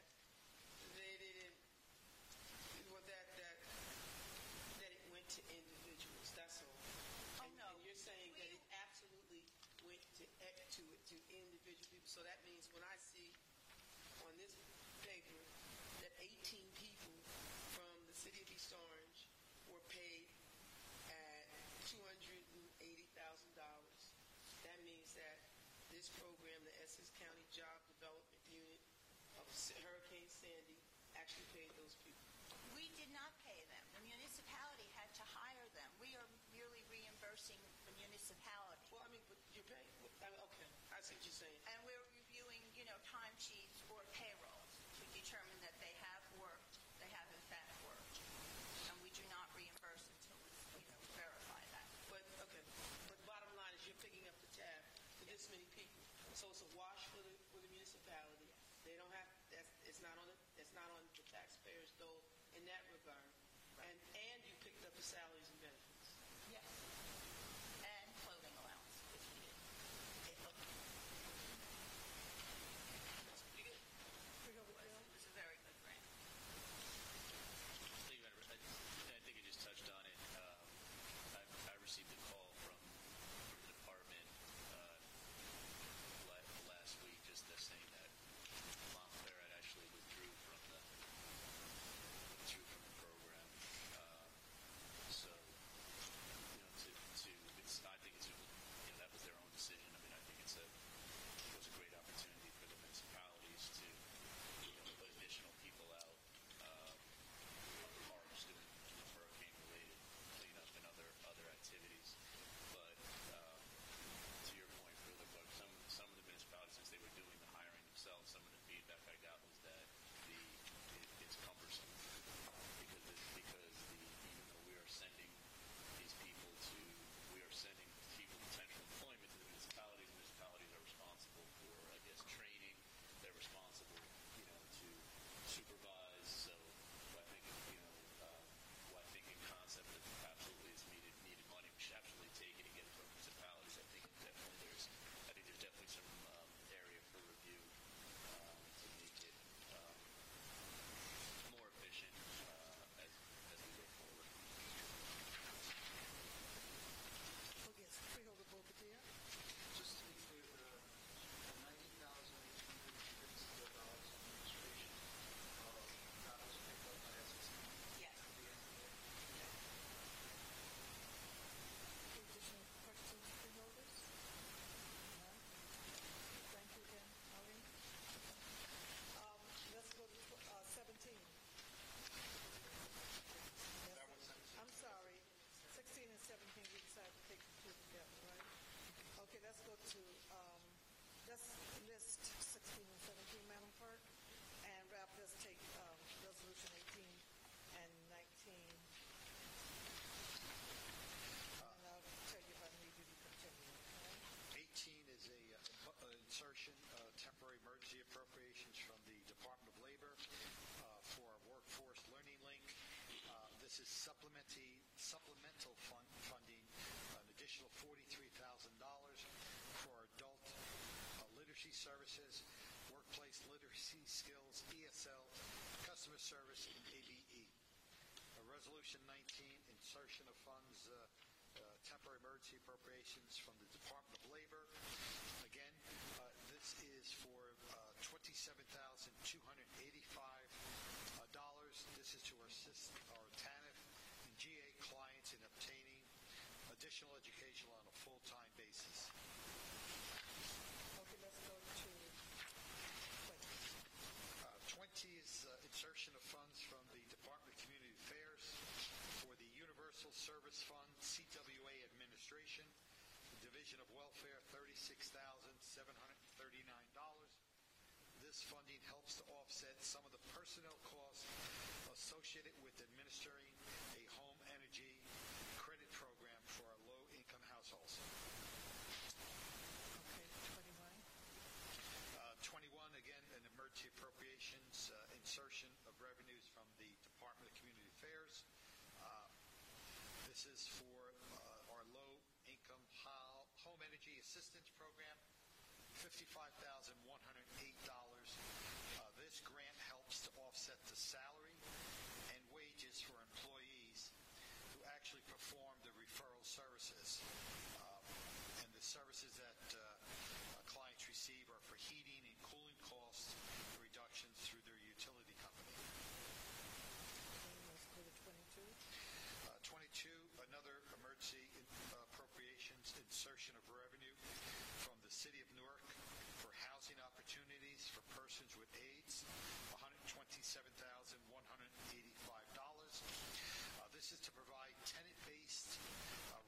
assistance, supportive housing services to persons that live with AIDS, HIV and AIDS.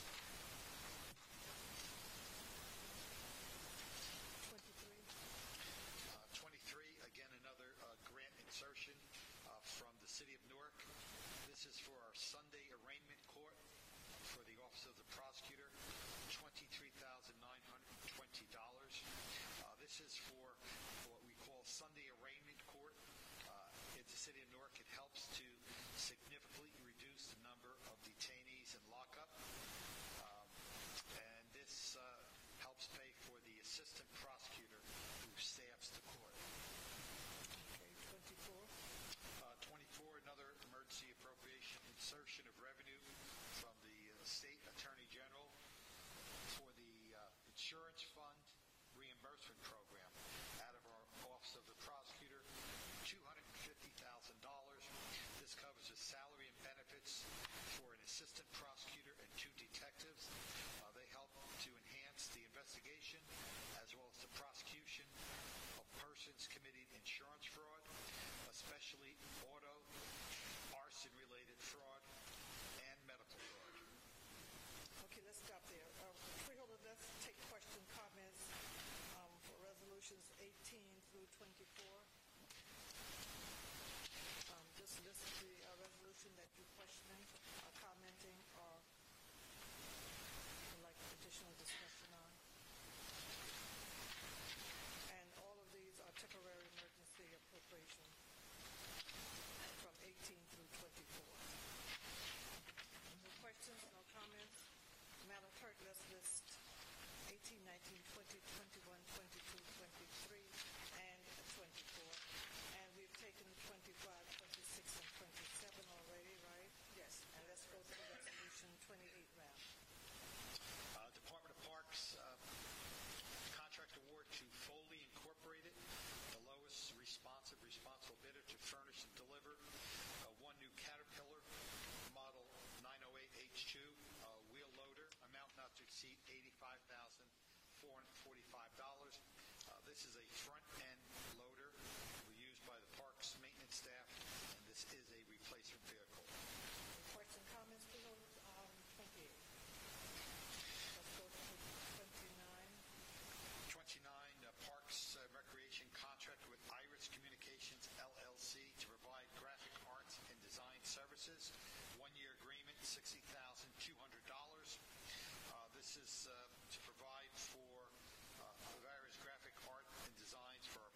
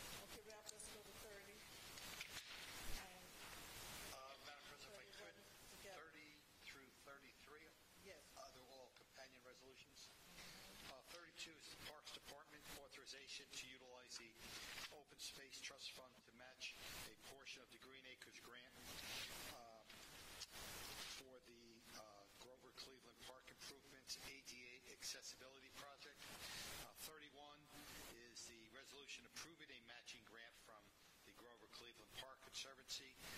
They received a Green Acres grant in the amount of $57,670.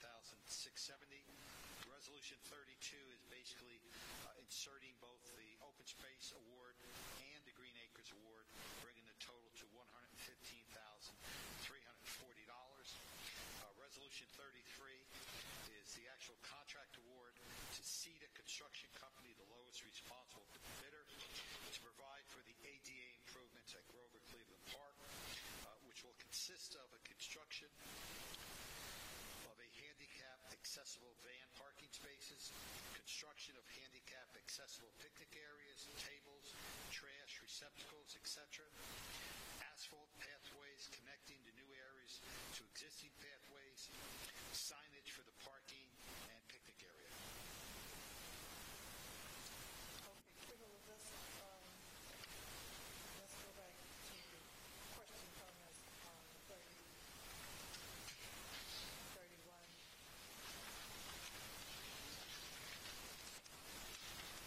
32 and 33, we approved the contract for site of construction. Question, comments on 33? No questions, no comments? Madam Clerk, let's list 30, 31, 32, 33. Okay, Ralph, let's go to 34. If I may include 34 through 37, it's all a similar resolution. Very good. Resolution 34 is authorization to utilize the Essex County Open Space Fund to match $800,000 of a County Green Acres grant for the South Mountain Recreation Complex floating dock and other improvements project. Resolution 35 is the appropriations from the state of New Jersey, a Green Acres multi-park grant in the amount of $1.6 million. Resolution 36, Department of Parks, authorization to utilize the Essex County Recreation Open Space Trust Fund for the South Mountain Recreation floating dock and other improvements, amount not to exceed $775,500. And Resolution 37 is the contract from Public Works to Shawger Properties, the lowest responsible bidder, to provide for a boat launch pavilion and other improvements at the South Mountain Recreation Complex, $2,371,458.50. I believe in your packet we provided the board with a color rendering of the project, which would include a brand new 60 by 35 timber pavilion with stamped concrete flooring, a new 30-foot diameter stone pattern-shaped concrete sitting area with the nautical flagpoles, a two-person unisex restrooms, a 12 by 10 prefabricated paddle boat sail shed, a redesigned parking area which is across the street from the boat launch, to park approximately 47 buses, a new nautical themed entryway to the site, an extension of the sidewalk from the boathouse down to the boat launch pavilion, the repair of the maintenance driveway, walkway along the reservoir, as well as themed paddle boats.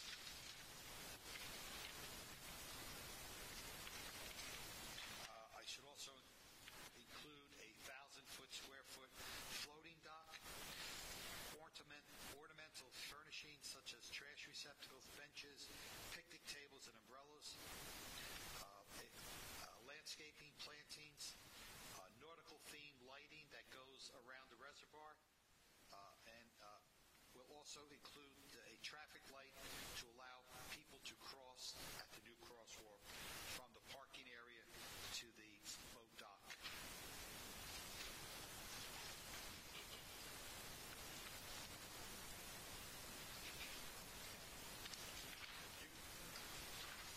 All right, freeholders, let's get started with 34. Questions?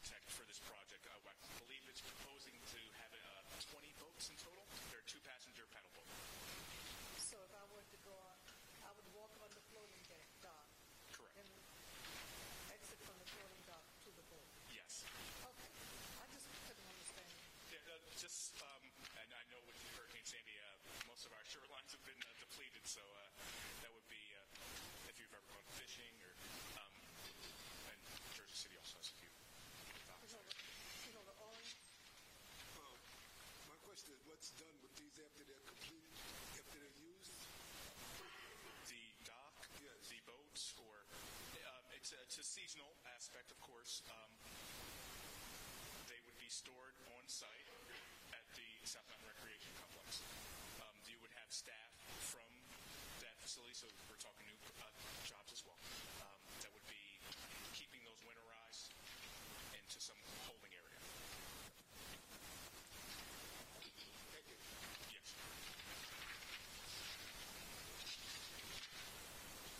Okay, yes, Freeholder Vote again.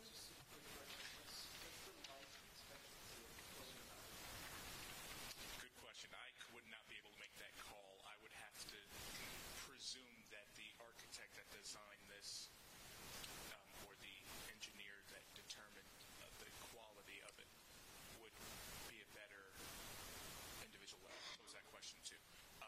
We, as the construction company, would be building the dock to the specifications that are stated in the specs and plans. The boats themselves it's a material that we're just purchasing. They're already assembled. They're already to the spec for the project. Through you, Madam President, we will provide that additional information to the board for next week. Not only the life expectancy of the floating dock, but if there also is a life cycle for the paddle boats. Additional questions, freeholders, comments?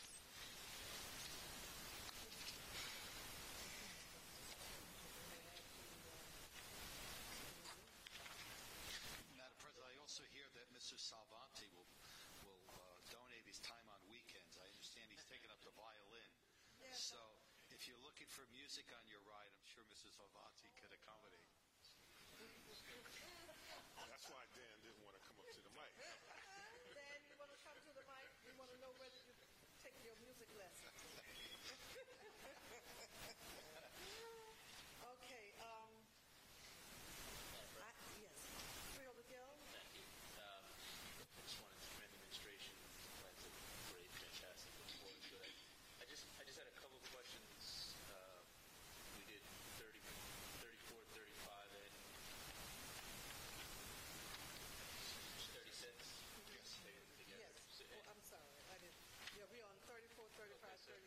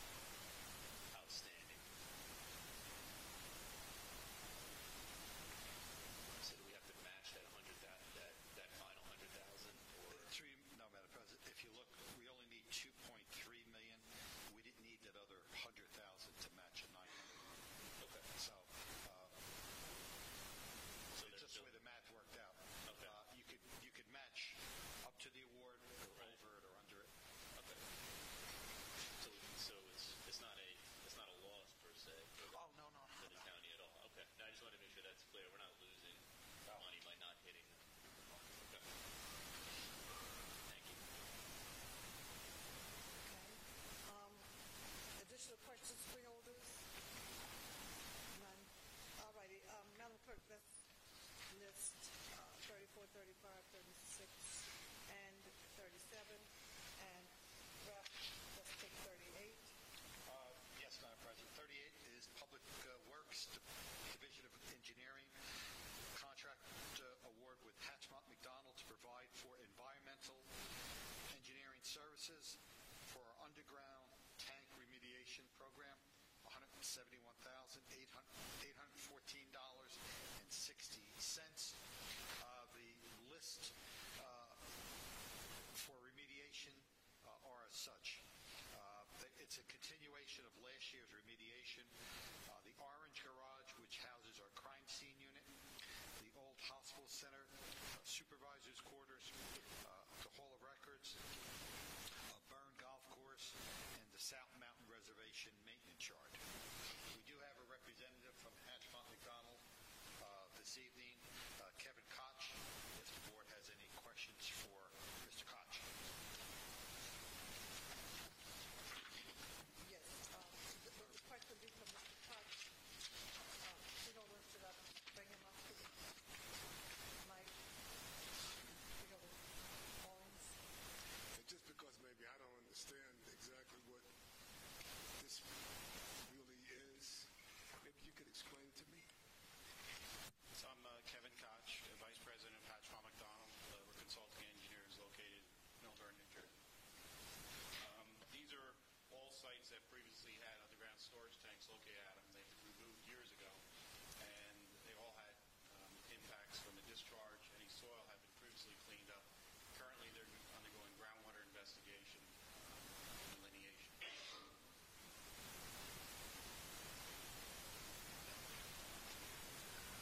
I'll accept that. Okay.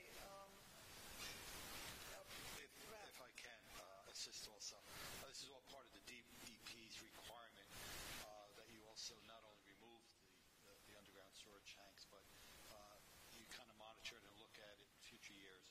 And this is just an aspect, as you had mentioned, regarding groundwater. All righty. And I'm sure we've seen Mott and McDonald. You've been before this board before, right? Yes, I have. Yes. Okay. And we have had no problem with your contracts in the past, so. Madam President, we've been very pleased with their work performance. In fact, many of engineering firms had looked at one of our major problems we had over at Hendricks Golf Course. Friola Johnson contested this over on the 18th fairway. For years, it was always flooded after a minor rainstorm. No one could figure out how to correct it. I'd have to compliment Hatchmont McDonald. They really have done a remarkable job. Yes. And an Essex County firm, am I correct? Yes, we're located in Millburn, New Jersey. Madam President? Yes, Freeholder Johnson. And I will let you know if you're still flooding in the 18th hole, too. Okay, very good. Thank you. Thank you again, sir. Okay, let's list Resolution 38, Madam Clerk. And you want to explain Resolution 39 through 60, Madam Clerk? Yes, Madam President. Madam President, every year you review the standing committees and through discussions or opportunities with the freeholders. After that process, you make assignments and you establish the committees. And so if you'd like me to just read them, or we'll read them into the record. You're not voting on them tonight? No.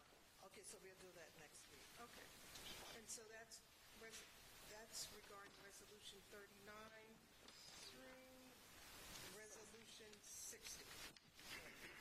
Okay, freeholders, do we have any questions in reference to the resolutions of creating the board for the year 2013? That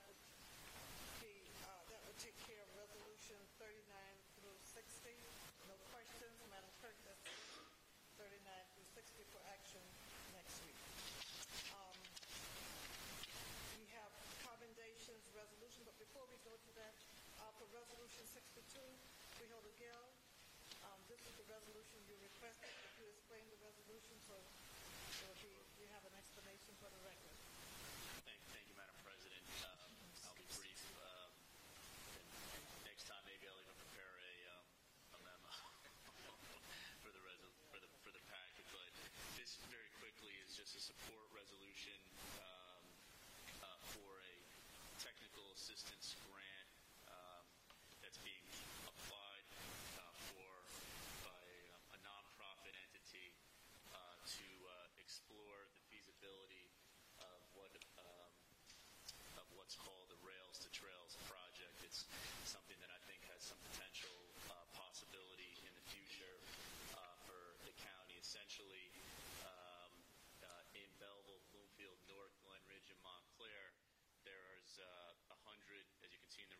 resolution, there's a 100-foot wide, 4.5-mile contiguous segment of the former Erie Railroad.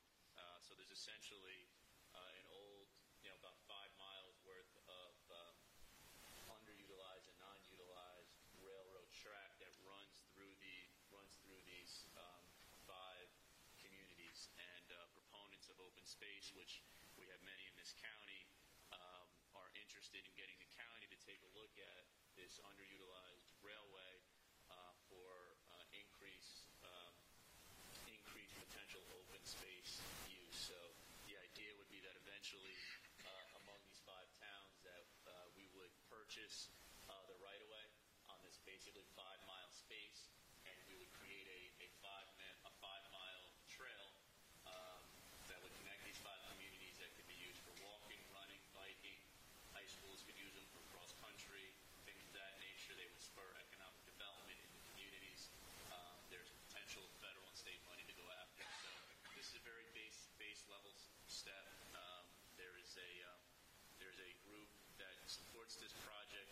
It's something that I've brought to the attention of this administration, of the administration early on. The administration has met with members of the community who are interested in this project, and this resolution would be a support resolution for a group called Together New Jersey, who is applying. Together New Jersey is applying for this technical assistance grant, and all this resolution would do would be to say we support their efforts in applying for that money, and it's a project that I'm hoping that we can have a further discussion on when we see the results from this grant or feasibility study.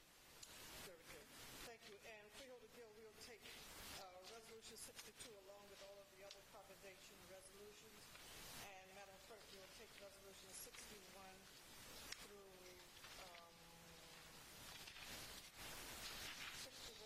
77? Yes. Okay, and we'll list them. We vote on these resolutions next week. Okay, Madam Clerk, do we have any added style resolutions? Madam President, we have none. Very good. Do we have anyone from the public who would like to speak at this time on any issue? Please come to the microphone, state your name and affiliation, and you have 3 minutes to speak. Jeremy Barata.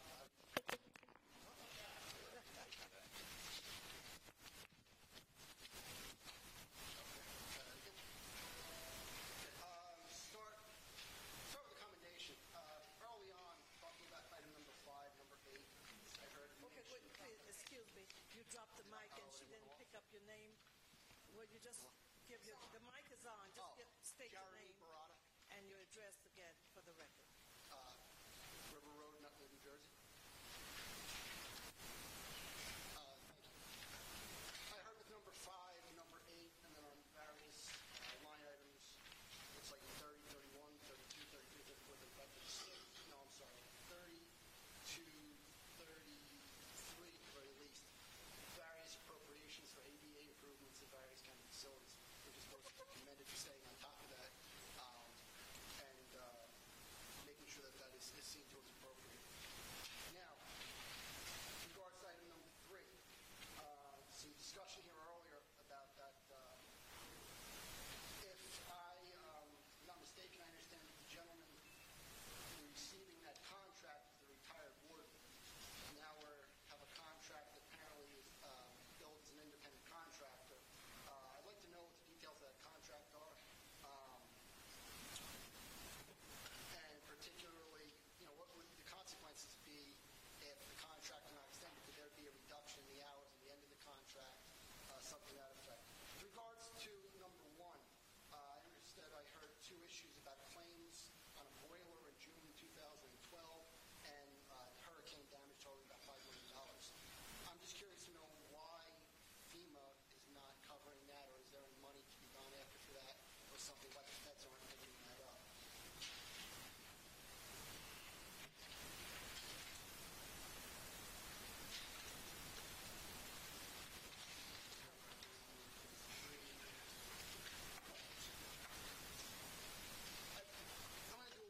In this, but I'm curious, with regards to, it looks like number 34 through 37, and there's some discussion. There's various numbers here, 900,000, 1.6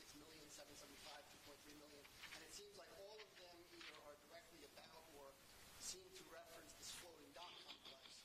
And I'm curious to know, is that something that, I'd like to know what the background on that is, how much we're actually spending in particular to build this boat launch complex, and is that something for, I heard boats are already purchased, is that something that is a revenue generator for the county, and if this is part of this, or are we spending $2, $3, $4 million to build a boat ramp for people that are lucky enough to own boats? God bless them, but maybe we could use that money for some job training or something like that, so maybe some more people could buy boats. 49 seconds left.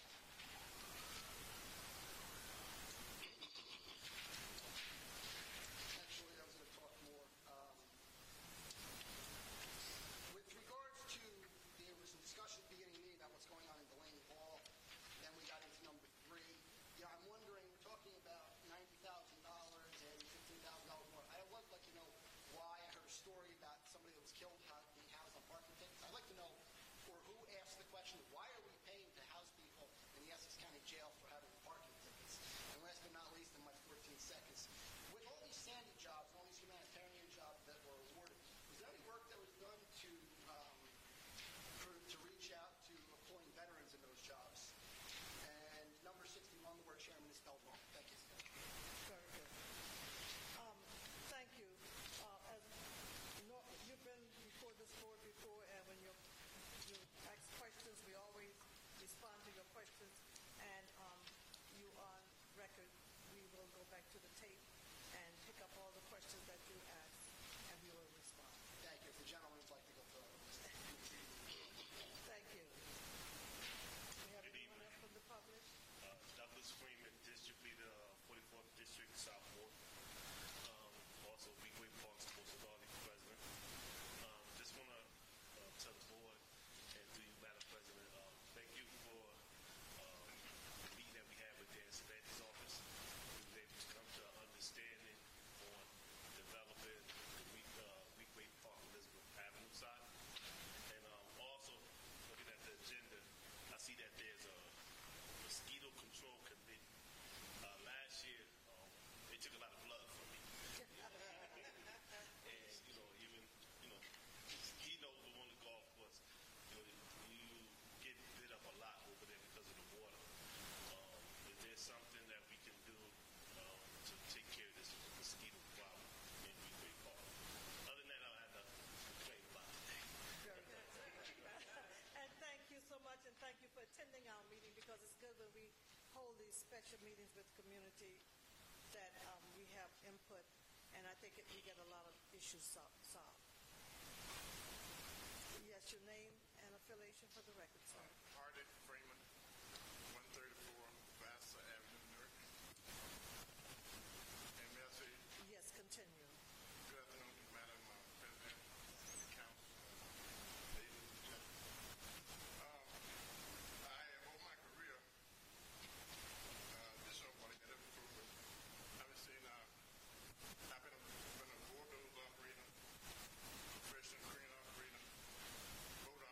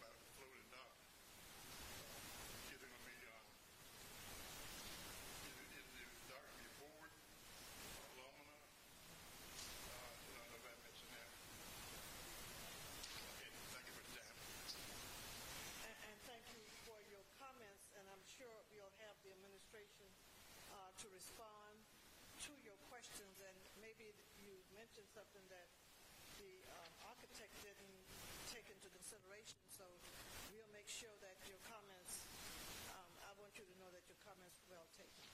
So, Ralph, he did mention a couple of things. We can make sure when we respond that we can give him the measurements of the railings and some of the other things that he requested. Information. Thank you.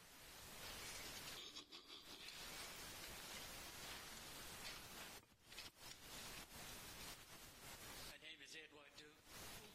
Be careful. This is a funny thing here. Everybody's falling off. Orange, New Jersey. What I wanted to bring to this body, through you, Madam Chairman, is that this year's First Tee program is being underway now. Weequahic Park is closed until the 15th February, but you have to get in touch with Chaz Moses for the coming year. It is a tremendous program that's going to be launched this year. It's going to be a little more, shall we say,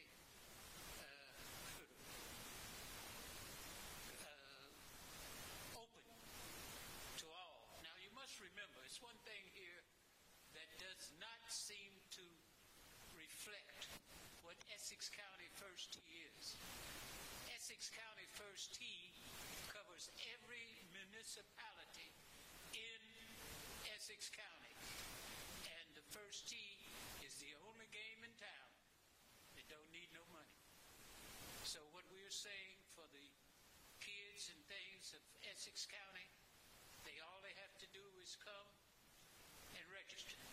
It is a free program for kids from 7 to 17, and they do it all, SAT and all. Thank you. Very good. And thank you, Mr. Wadu, and again, thank you for bringing that program to Essex County. Do we have anyone else from the public? Again, please state your name and address. Donald Jackson, 128 Smith Street. Let me start out with a thank you. The reason I'm asking you to get that crime report is because there was a carjacking on South 18th Street between 19th and 18th Avenue. The young mother was carjacked and her 3 children were in the car. It was a joint effort by Essex County Police and North Police that found those children approximately 10 to 15 blocks away from where they were originally taken. It was a cold evening, and it took them less than 30 minutes to find those children. Had it been a little longer, we may be talking about something different. So I am imploring you, as I always come to this mic with issues of concern about crime that's going on, and I understand you are the county branch, but we all need to get involved. As we walk to our cars tonight, as you drive home, it is not safe out here, and for various reasons. The economy, people being out of work, and people just being crazy. So with those issues, it would behoove us to get involved. So I do want to thank the Essex County and North Police Department for always doing the best that they can do. I know we are tremendously undermanned in North. We are over 600 officers short, and y'all need to get involved in that too, because that creates the rest when we can't respond to crime, and we can right now. We have officers responding to crime in North and being told no backup is available, and that's a fact, because I ride around with my scanner at night to assist them. That's a fact. On Resolution 16 and 17, this is 2 different pots of money. I understand what was done with the money in number 17 was given out to the municipalities, but what was done with the $1.3 million in number 16? That's an emergency appropriation. That is not the same dollars, and I would like to know what we did with the money in number 16. I look forward to getting that in writing, because you guys always do respond, and I like that. And let me just add this on number 10. If we don't do a better job, we've been talking about this at this county for over 7 years, in regards to our training programs, what people go to, and where they're working at. 0, 0, 0. For the millions of dollars that we paying to vendors. I understand they state approved. I know in other categories they county approved. We are not monitoring the way we should. If I send somebody to a CNA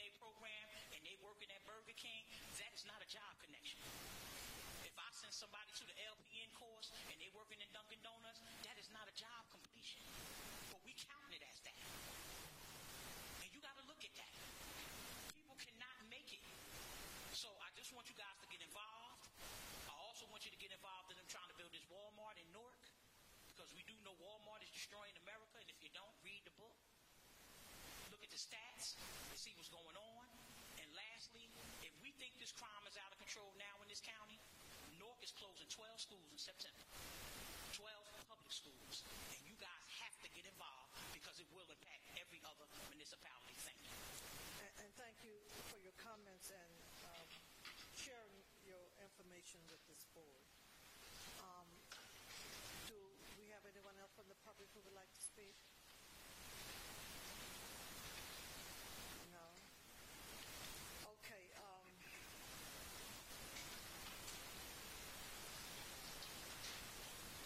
Okay, Madam Clerk, let's go to, we have committee report from the board. Not tonight. Okay, freeholders' comments. Madam Chairman. Yes, freeholder Owens. As you all know, I'm a novice and a rookie at this position, and I can't say that I remember everything that happened, but I know at the beginning of our session, when Clint brought in his members from his union, they talked about getting an increase for the people who are not getting the same monies that other municipalities are getting. And I like to just now, I'm not looking to make a motion or anything else because I'm not sure the procedure, but I certainly feel as though that with the amount of money that we're spending on doing the things that we do in this county, that we shouldn't have this type of situation in our particular county when we know what the young kids in this area are like.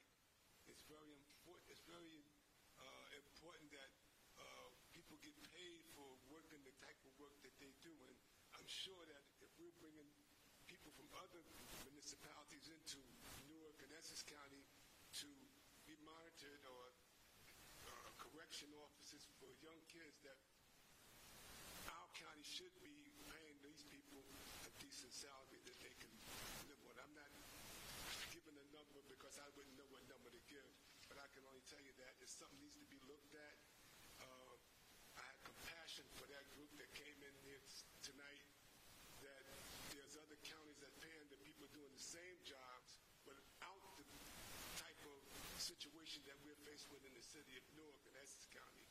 And I just wanted to put that on the record. Very good.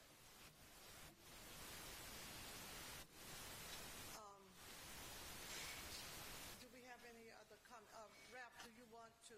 I think I mentioned to you that when we have our budget hearing, that's when, and we have that department coming before the board the end of the month, and we can discuss salaries. I think the salaries of those employees is negotiated through the unions. Could you explain that to Freeholder Owens? Sure, Madam President. Very brief. Although it's the budgetary process that we kind of look at departments and issues that the freeholders have interest in, the subject matter that was discussed this evening regarding the salaries, we really don't like to get into personnel matters in a public forum, but just in general, they're on a civil service pay scale. And, you know, if they would like to sit down, we would love to sit down with them and explore opportunities for them. One thing I would counsel them on or educate them on is, although they are providing police actions, they go through our police academy. They are not police and fire pension. They are part of the public employees retirement system. That in itself possibly could be looked at on a state level. I think that would assist them. Regarding their pay and their scale, regarding civil service, as the President has highlighted, that's more of a negotiation tool by their union representatives that they would present at the bargaining table regarding scales and pay rates. It's not just as simple as the administration just because they're represented by the IBEW.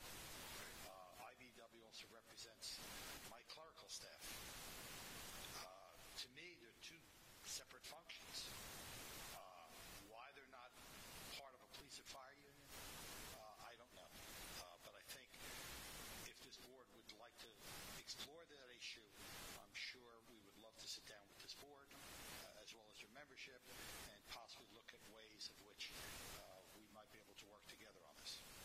But it's not a question of this board just willingly putting in extra dollars into because of the union is pretty much negotiated these ranges. And I hope that helps answer your question. Yeah, that answered the question, and that's why I wanted to make sure we understood that even when I say we have a budget hearing, that's a good time for us to ask some questions to the department if we have questions related to their employment. But their salary is negotiated through the union. So I'm sure that will help. Okay, additional questions, comments on any comment that was made at this time, Freeholder Gill? Just a general comment. I just wanted to say that I think we all know that Freeholder Johnson went through a harrowing situation a couple of weeks ago, and just wanted to say I'm glad to see he's doing well. And if you did not read his interview in the Star Ledger, I highly recommend that you do, because I thought it was on point, and we hear from quite a few people who come here every week to try to make us aware about what's going on out there, and I think the Freeholder nailed it in terms of what we're trying to do to assist. So, Freeholder Johnson, glad to see that you're doing well, and that you're here with us tonight. God bless. Other business freeholders? I'd like to second that. I'm glad to see him. When I heard about it, I was really worried, and I'm glad to see that he's okay. Yes. It just left me a couple of minutes after that. That's right. This happened to him. Right. Thank God he's okay. Thank goodness. So really, we can understand, and truly we can say that it doesn't mean that we, as freeholders and individuals in politics, I mean, we're not exempt from being a part of what's going on in the city of Newark. And it could happen to any of us. And my God, Freeholder Johnson, twice in less than 6 months, I think. That's really an ordeal. So we can understand what's going on, and certainly we understand what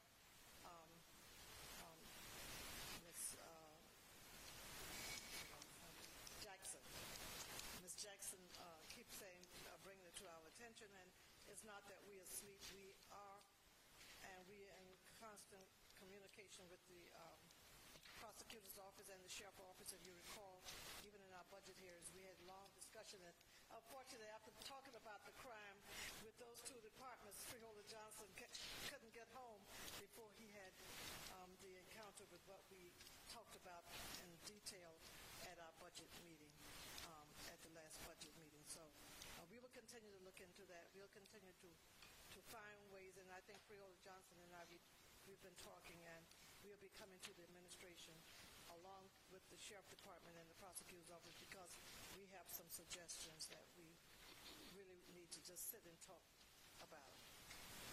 Okay, the freeholders' questions and public comments. We did respond to our the budget consultant, Mr. McInerney, from our last meeting. And the response, it was in reference to violating purchasing laws by extending a 2-year contract that was cleared up. That information went to Mr. McInerney on 1/30. Freeholder Luciana asked if the additional payment includes an additional payment to the broker. The memo was sent to the administration in response to Freeholder Luciana went out on 1/30. And Mr. Jeremiah Barada asked if the county is policing visiting transitional housing facilities to be sure they are operating in accordance with law. And if the $500,000 reference to Resolution 23 is solely to provide jumpsuits for inmates, the memo was sent to the administration. Response we received on 1/30, and the letter was sent out on 2/1. If he didn't receive it, he should receive it very soon. Mr. Freeman brought up many issues at Weekway Park.